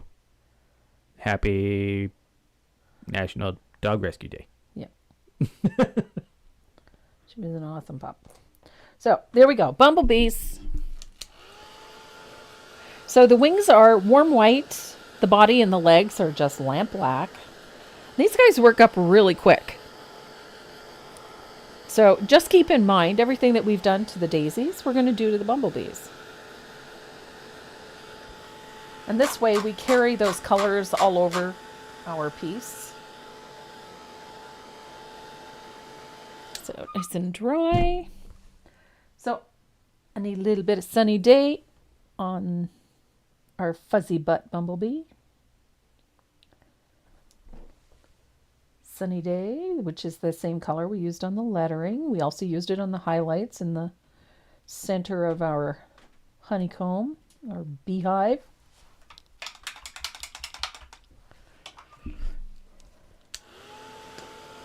And I like that little bit of white on there first, again, so that you're not fighting against that darker color. Just makes your life a whole lot easier. And make sure everything is good and dry. Now, for the wings, just like we did on those daisies, we got that little bit of Bahama blue. I love my Bahama blue. We're going to bring that in to the center closest to the body. And it's going to come about halfway. So that little bit of Bahama blue about halfway up the wing. This just helps give the wings a little bit of shape and a little bit of dimension.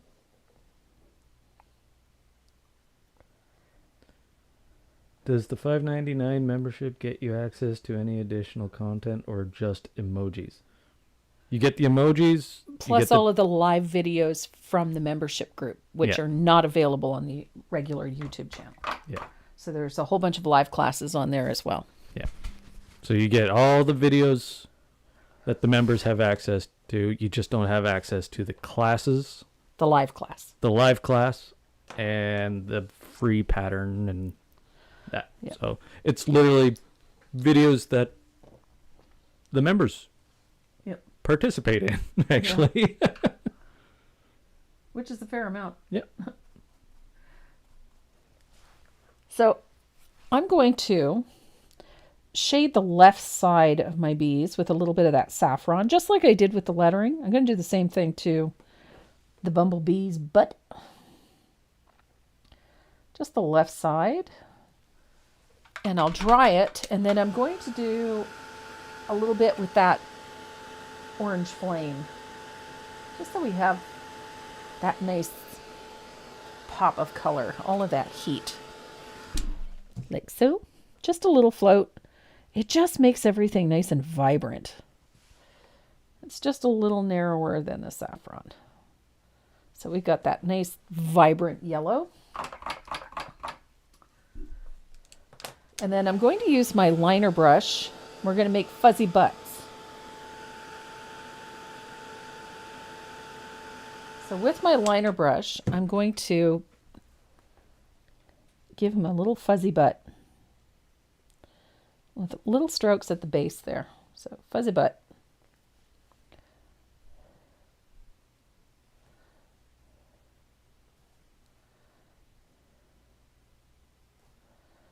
I'm excited about our membership live class at the end of the month. What are you painting? We're painting a white rose. Black and white, it's called. Oh, you're doing black. You're doing grayscale? We're doing black and white. Awesome. I like grayscale. And then I'm going to put nice little band across the back. I like grayscale. Well, my Makes tattoos for- are grayscale. It makes for a fuzzy butt bumblebee. Like that. And then up here where it joins, I want to make that fuzzy too. So I'm just going to pull some lamp black down onto the yellow. Fuzzy butt.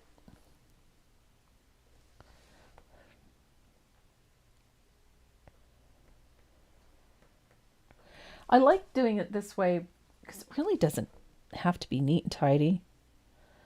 Neatness doesn't count. Perfection is to be avoided at all costs.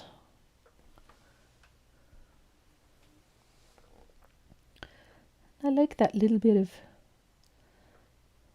fuzzy. Our bees must be fuzzy.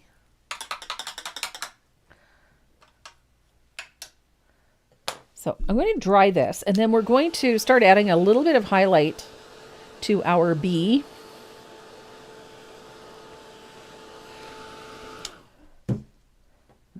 Carpenter bees do look a lot like bumblebees. Yeah, they do. They also don't sting, and they're pretty mellow. So I'm going to use a float of heavily thinned warm white. So it's just a nice little float on the left side, and then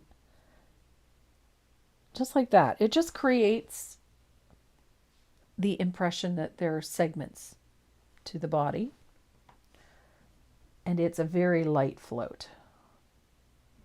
Doesn't have to be perfect. Is laurel a new color this year for deco art? It was a new color in 2022. Yeah.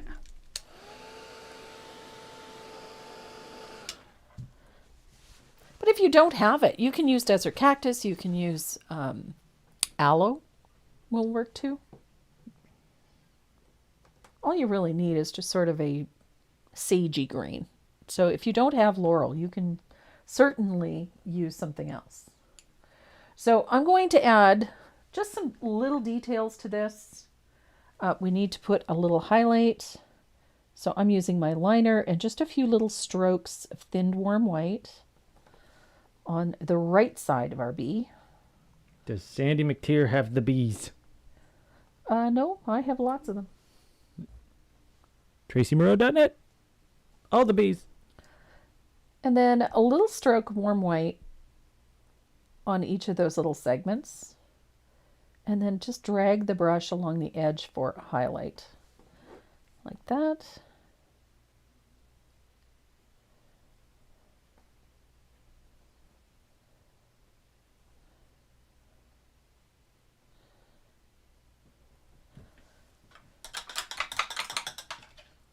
And we are ready to start detailing everything. Because I love detailing. Could you explain the stars? Facebook stars. Essentially, the stars, when you give us stars, it actually sends money to us, and we apply those stars to our glitter fund. Can't remember what it worked out to. I'm not sure what the value I is. think 100 stars is $1. So I think a star is a penny. Yeah, I think so. Yeah. Something like that. So, this is where the fun stuff is for me because I love doing this. Scribbles? I like all the little fun details. That's my thing. So I'm going to take a little bit of thin dish Faltum and put a little float on the wing over that blue. I was supposed to do that before and didn't. And it's just a weak float. There's not a ton of color on the brush. It's just going to tone that blue a little bit. There we go. I love it. I love my bees. So I use these a lot. This is a Uniball Signo. It's a black gel pen. And I use them a lot. Almost everything I paint, I use them in. And so for my bees, I put a little squiggly line all the way around the outside edge of each wing. And I usually go around a couple of times so that they overlap and make for a nice squiggly line. And then I can add the little fun details. I do the same thing to all the daisies. And I like this very light squiggly line. Just chattery. I just like that it adds a little bit of dimension and a little bit of detail to things. I do the same thing around the petals of my daisies. Neatness doesn't really count for this. We're not looking for perfection. I also like to add a few little details to the centers of my flowers with this, like so. So those fine little lines, they don't have to be right on the white. They can go off the white. They can go on the edge. They don't have to be perfect by any stretch of the imagination.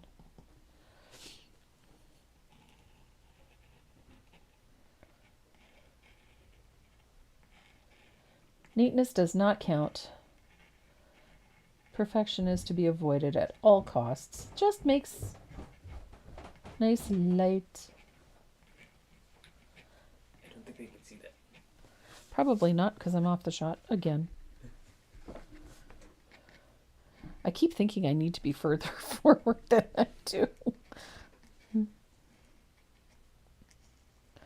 I know, I like how this finishes things. It just defines those flowers nicely, gives them a little more shape, a little more texture. Oh. It's a fun and easy way to do it. 99 stars from Lori Fife. Right on. Thank you, Lori. More glitter for the beard. And I ordered lights. I'm just planning ahead. It's funny, he doesn't mind me planning ahead when it comes to the grocery bill.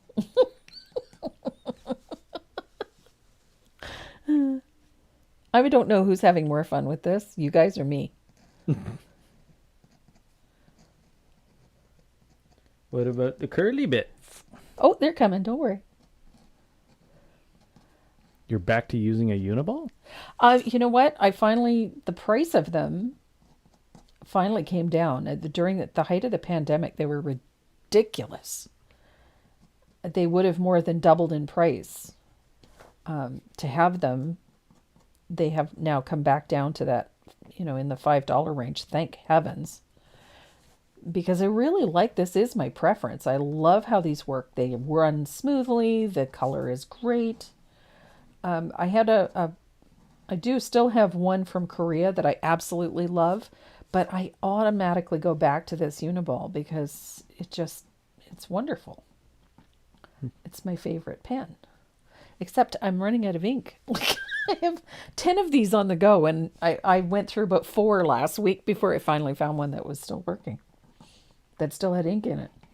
And this one, I think this one just tanked. And did you forget to paint the stem on the left side? Nope, I haven't forgotten it.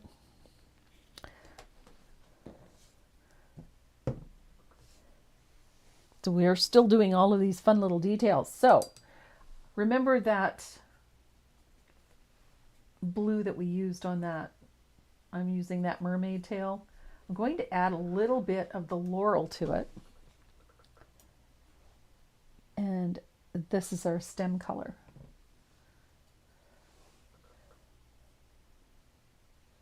So the liner that I'm using is a 10-aught extra long detail liner. And I'm going to use that here as well.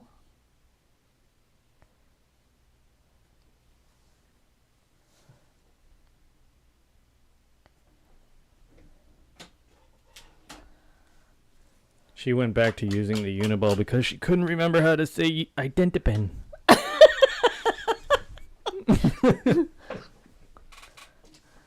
Am I wrong? Yes, you are wrong, actually. I can never remember what that pen is called, but I don't use them for the same thing.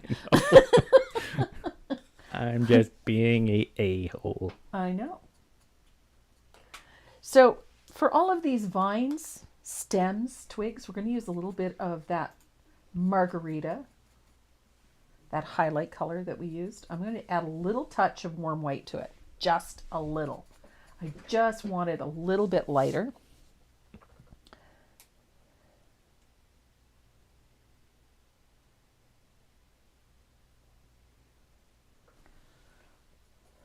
I was worried I was going to forget the name of that pen while I was trying to make that joke. I'm glad I didn't. Would have been funnier if I did, though. Can't remember the name of that other pen. Now I went back, I was using the Korean pen. Let me see, do I have one? Yes, I do. This one here. This is the Feng Tuan, which is still a great pen. Don't get me wrong. The biggest reason is this, that 0.38 and that ultra black Sakura ink. So it's the point, that size. And these ones I was able to get at the height of the pandemic, and they were still reasonably priced. I could still, have them at $5 a pen. The Uniball were costing $50 to bring a box from Japan. So it was more than doubling the price of the pens. So I switched over to this one. But now that things have calmed down a little bit,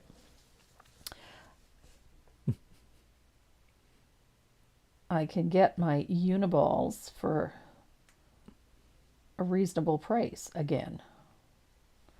I'm not paying I don't have to put my firstborn up for auction.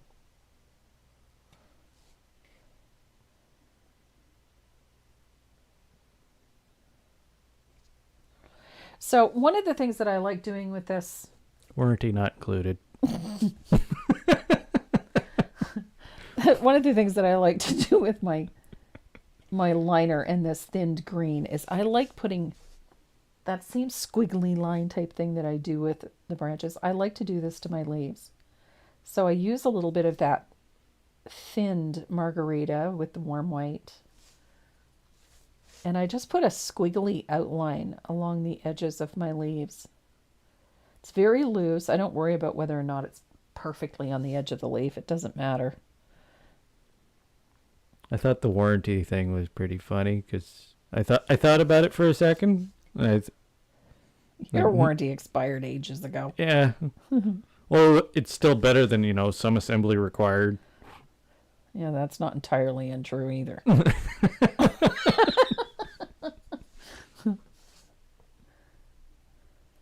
So I like these little squiggly details on these leaves. It just gives them a softer appearance.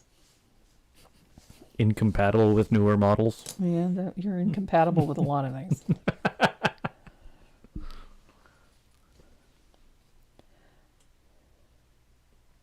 Renee, you're a good sport, or to quote you, you're a good human. He is a good human. I like to think I'm a good human. I'm not the greatest of person. Oh, I debate that. Oh, I don't people. I know you don't people. I don't people. He has a very low tolerance for stupidity, let's put it that way. Unfortunately, I think that's genetic, my dear. Well, there's a difference between stupid people Yeah. and stupid people. I have a very low tolerance for people who are unkind. Yes. And I unfortunately don't have a filter anymore, so I have a tendency to, Isn't Renee your firstborn? Yes. Yes. Yes, I am.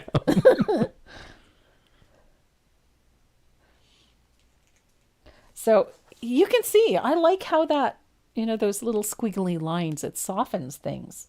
It makes things look a little more delicate and a little more lacy, and that appeals to me a lot. It's okay, Renee. I don't people very well either. I'm So- not alone. I'm going to know you are not alone. There's a reason why I've been asked not to go to Walmart unsupervised.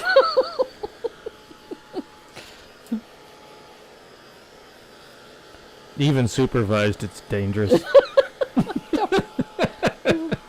Oh, no. So just a couple more little things to do. I'm going to make sure I've got my glue handy, my clear tacky glue. So I just want to add some details to the centers of these flowers, and I'm going to do that with a little bit of asphaltum. And, ooh, geez, paint was too thick, too much. So I'm just going to add a few little dip dots to the shaded side of this flower in the center, just a little. And I like to come out onto the petals a little bit. I don't want to overdo it, so I'm just going to put a few little dots. You guys have probably seen me do this so many times you already know what I'm doing. So these are just little dip dots of asphaltum, and they're always on the shaded portion of the flower. Like so. Karen Jones says, I miss shopping days with Tracy. We had some good laughs. Yep. So I'm going to pick up a little bit of warm white. This is our highlight color for these centers. And the dots are going to be small, irregular, don't need a ton of them. But make sure you pull some out onto the petals a little bit. Just makes the centers look a little fluffy. That's all. A little bit.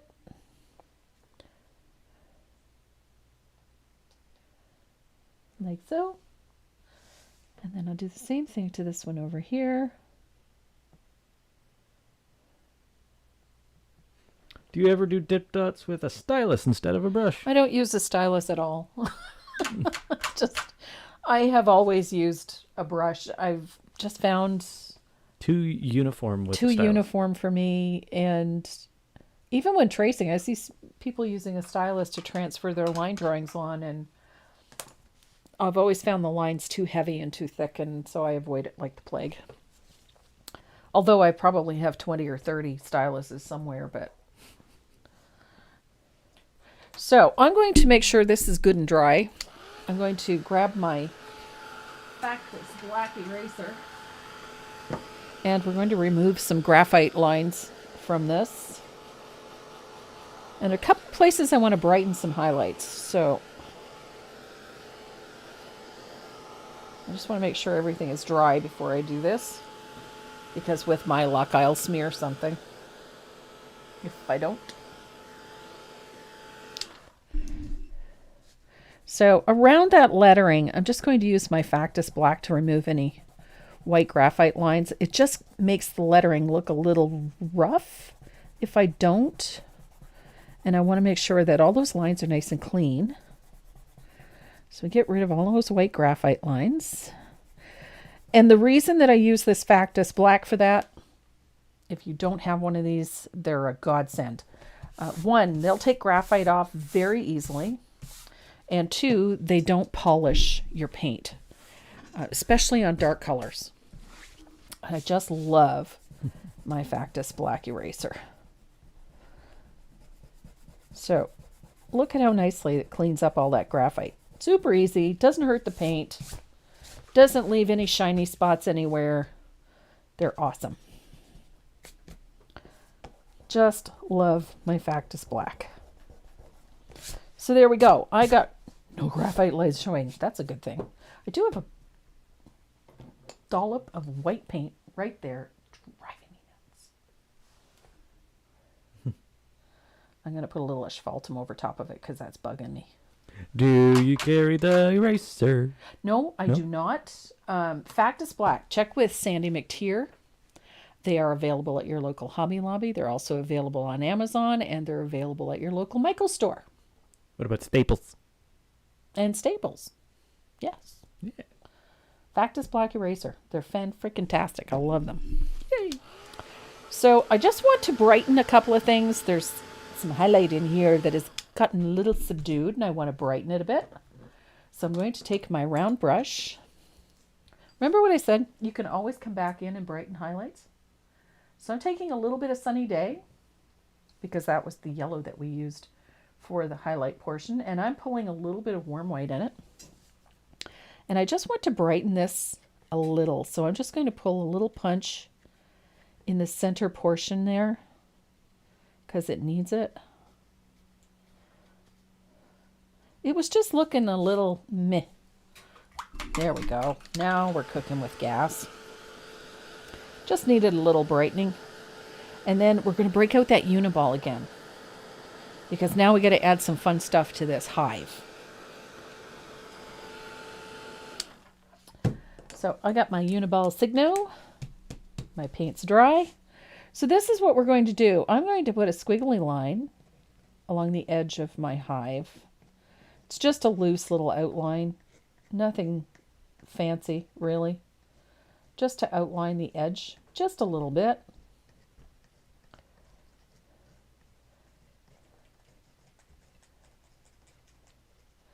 And then we're going to, remember all those little divisions that we had in there?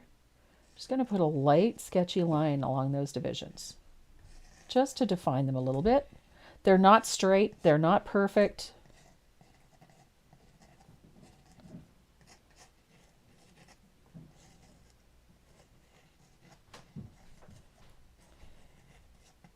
It just defines them nicely.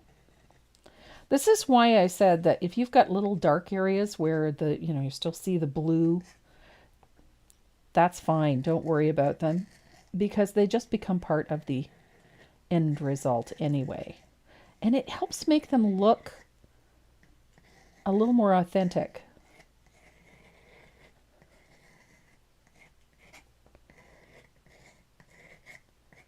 So neatness doesn't count. Perfection is to be avoided at all costs. And then we're going to put these little, I don't know, it's just a little scribbly thing. And we're going to alternate like this.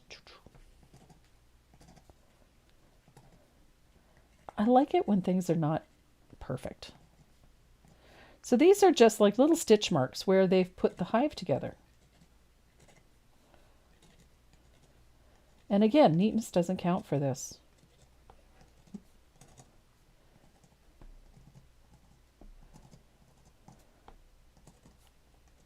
Which are waterproof and which are not? Which? The pens? Yeah. None of them. There you go. They are not waterproof. I will tell you that right now. Which is one of the reasons when I varnish things, before I varnish things, I always take it out to the garage and hit it with a couple of light coats of matte spray, just to prevent any issues. I've never personally had it run, but I can't guarantee, because it is not lacquer based and not a shellac based ink. So it's going to, at some point, do that. So there we go. I've got all my little sketchy lines in place. My flowers are done. All my little details are in place. All of my stems are in place. So I got one more step before I put on my bees, and it's this. I'm going to thin out a little bit of asphaltum with a fugly brush, and I'm going to spatter. See, pretty manicure. It's toast now. I'm going to spatter lightly with a little bit of thinned asphaltum, because I like thinned asphaltum. And it adds nice texture to things. And then I'm going to rinse this. Try to get the paint out from underneath my pretty manicure. And I'm going to spatter it with a little bit of warm white just to finish this. I can't zoom in because I'm already zoomed in. So a little bit thinned warm white just to spatter that background. Now, I don't spatter a ton, but I do like spatter. I find it softens backgrounds, especially on something that has this sort of vintagey feel to it. So it's a light spatter. If you like more, go for it. Put more on. That's entirely up to you. Your piece, your choice. You can do whatever you want. So I'm going to dry this real quick. And Renee is going to be putting names in that wheel.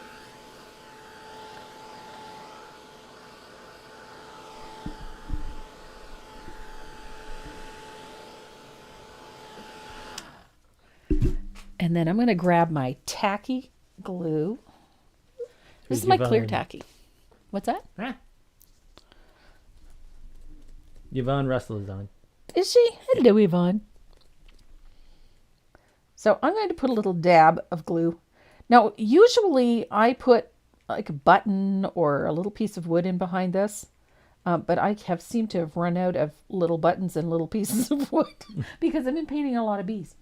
So I'm just going to glue this one directly on. And I'm going to put one down here just because I like it there. Now, if you have a spot that you're not particularly happy with, you can use the bee to cover it up. Mm-hmm. Or you can add, that's the fun thing about putting appliques on. You can hide the things you don't like. If you want to put it on there, I think I'm going to put this one on the hive. Not because the hive has a problem, but just because I feel like it. I can do whatever. Patrick says, hello, everyone. Sorry I couldn't attend today. He was in a Zoom class with Nancy Scott. Ooh, nice. Nancy's a great designer. And he hopes we had fun. We did. Oh, and Patrick, before I forget, tell Eddie there's some mail coming his way. Just saying.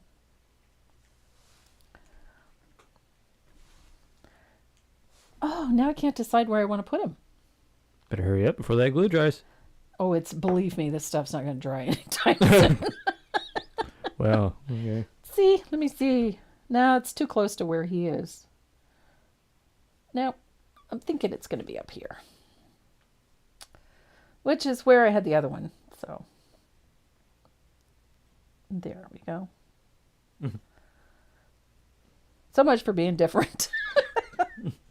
There we go. I like that.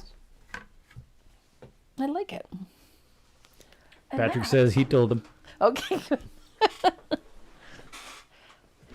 Yeah. Eddie's very sweet, so I sent Eddie a little something. There we go.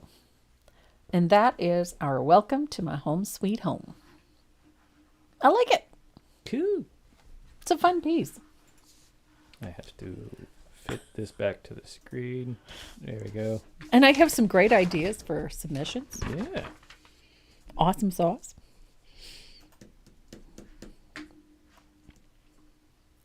I think it's exciting. It's a new convention. I mean, it's exciting. So I wanted to really create something fun that people wanted to do. So who better to ask than the ones that would be doing them? But I like the idea of the Tennessee state flower is a great idea. And I love the idea of a rusty mailbox with a clematis because I love clematis. There we go. So we've got a pretty hefty wheel. How many people have we got on it today? Today there's 168. Nice. So 168 names on the wheel, and we have 6 goodies to give away. I'm sorry, this is bugging me. What's bugging you? The glare off my hair? No, it's just... Okay. The wheel was covering half your face.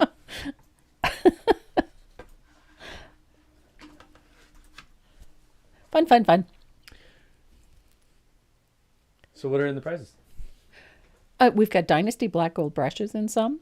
We have bee-themed stamps. There's some stencils. There's other bee-themed elements in there, as well as some, some fun bee stuff. Bee stuff. Bee stuff. Bee stuff. Actually, there's some art stuff bags in them, too. Oh, there you go. Yeah. Shall we spin the first one? Please do. All right, first one. First of 6. Oh, there's brushes in that one. Who's getting brushes? Brushes, there's pens, there's good stuff. Gwen Folmar. Right on, Miss Gwen.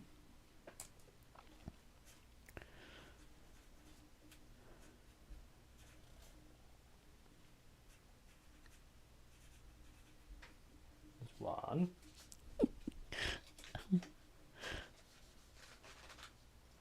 Him and his sticky notes. You're almost out of sticky notes, you know that. No? Okay, good.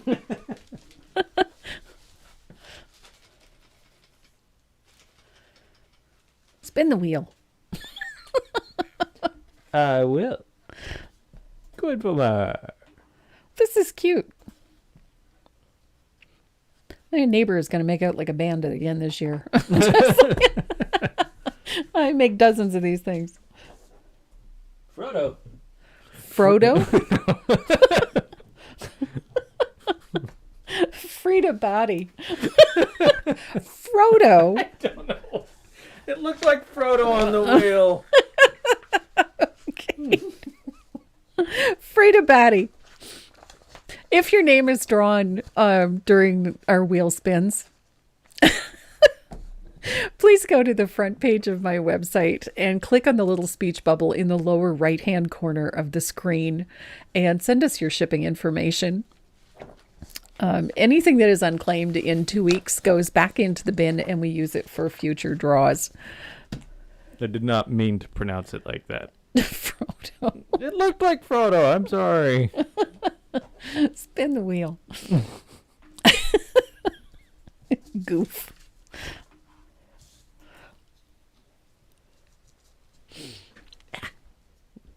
Ooh, ooh, ooh, ooh. Skipping a beat here. Oop. It did something weird. Yeah. What did it do weird? Ooh.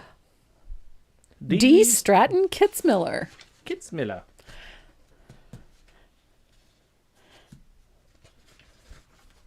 I've seen that name. Yeah. So if you are not already subscribed to my YouTube channel, please hit the big red subscribe button. We're so close to 6,000. So close. So hit the red subscribe button and turn on your bell notifications so that you get notifications about when we go live and whenever we post new video.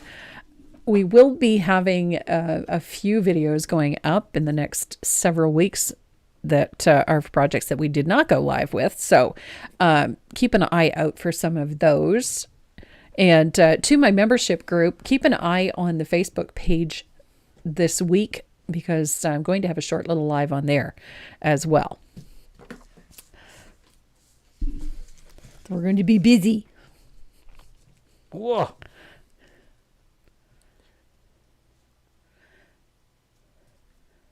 Eureka Norwood Pixley. Wow. I was looking at the first name. The rest I could have gotten. Eureka. You read it. Yeah.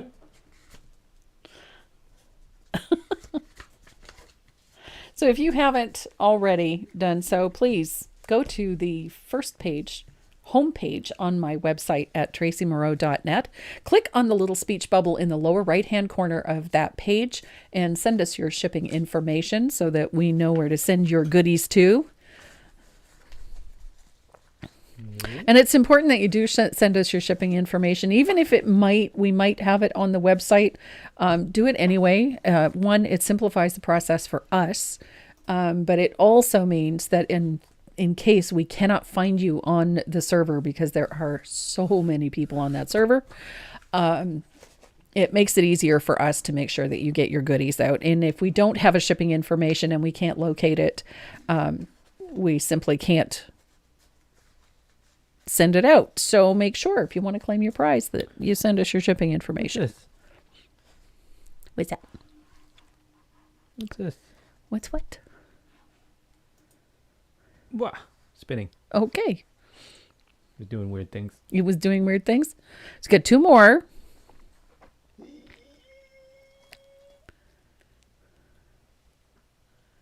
Beverly I can never say this. I know. Cecilski. Silsilski? Cecilski. I'm going to butcher it. So I'm Beverly. Beverly. Beverly it is. You know who you are.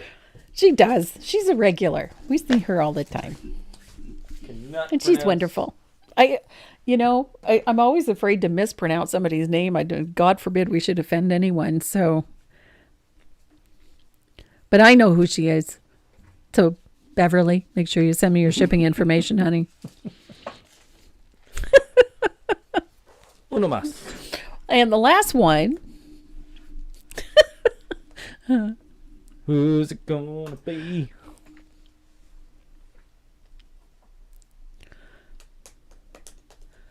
You would never know I spent 20 minutes doing my hair this morning.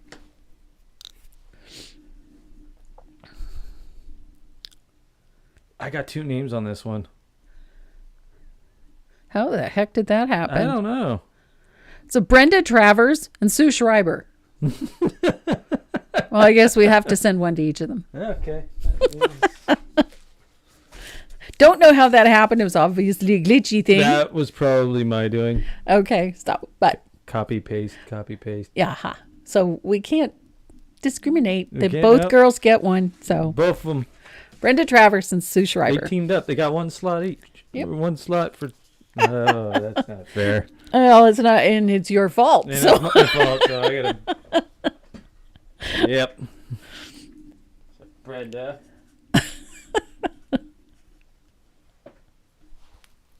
well, it doesn't matter because we have lots of goodies.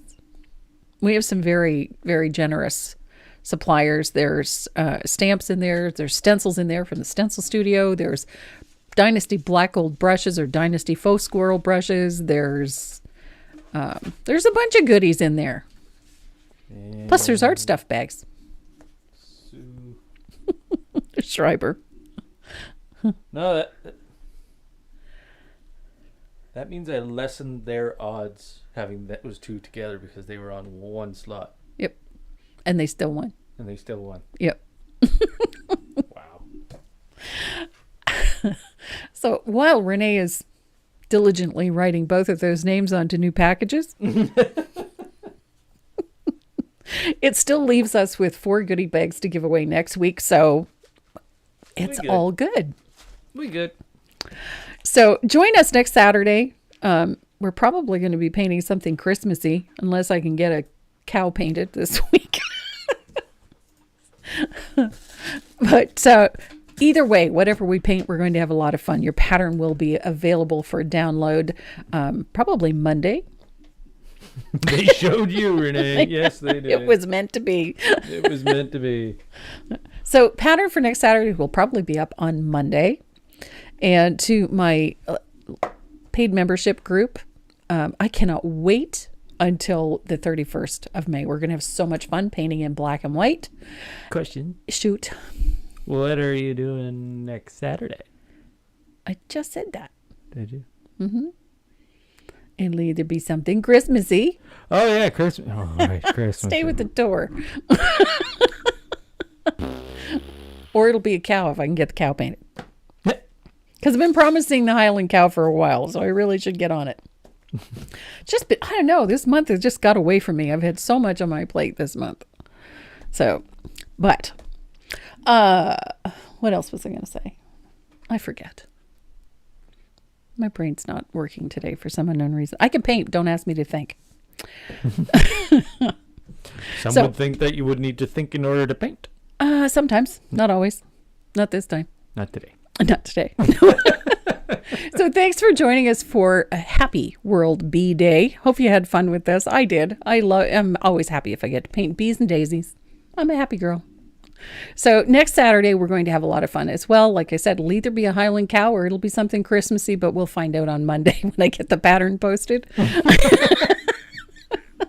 Find out tomorrow.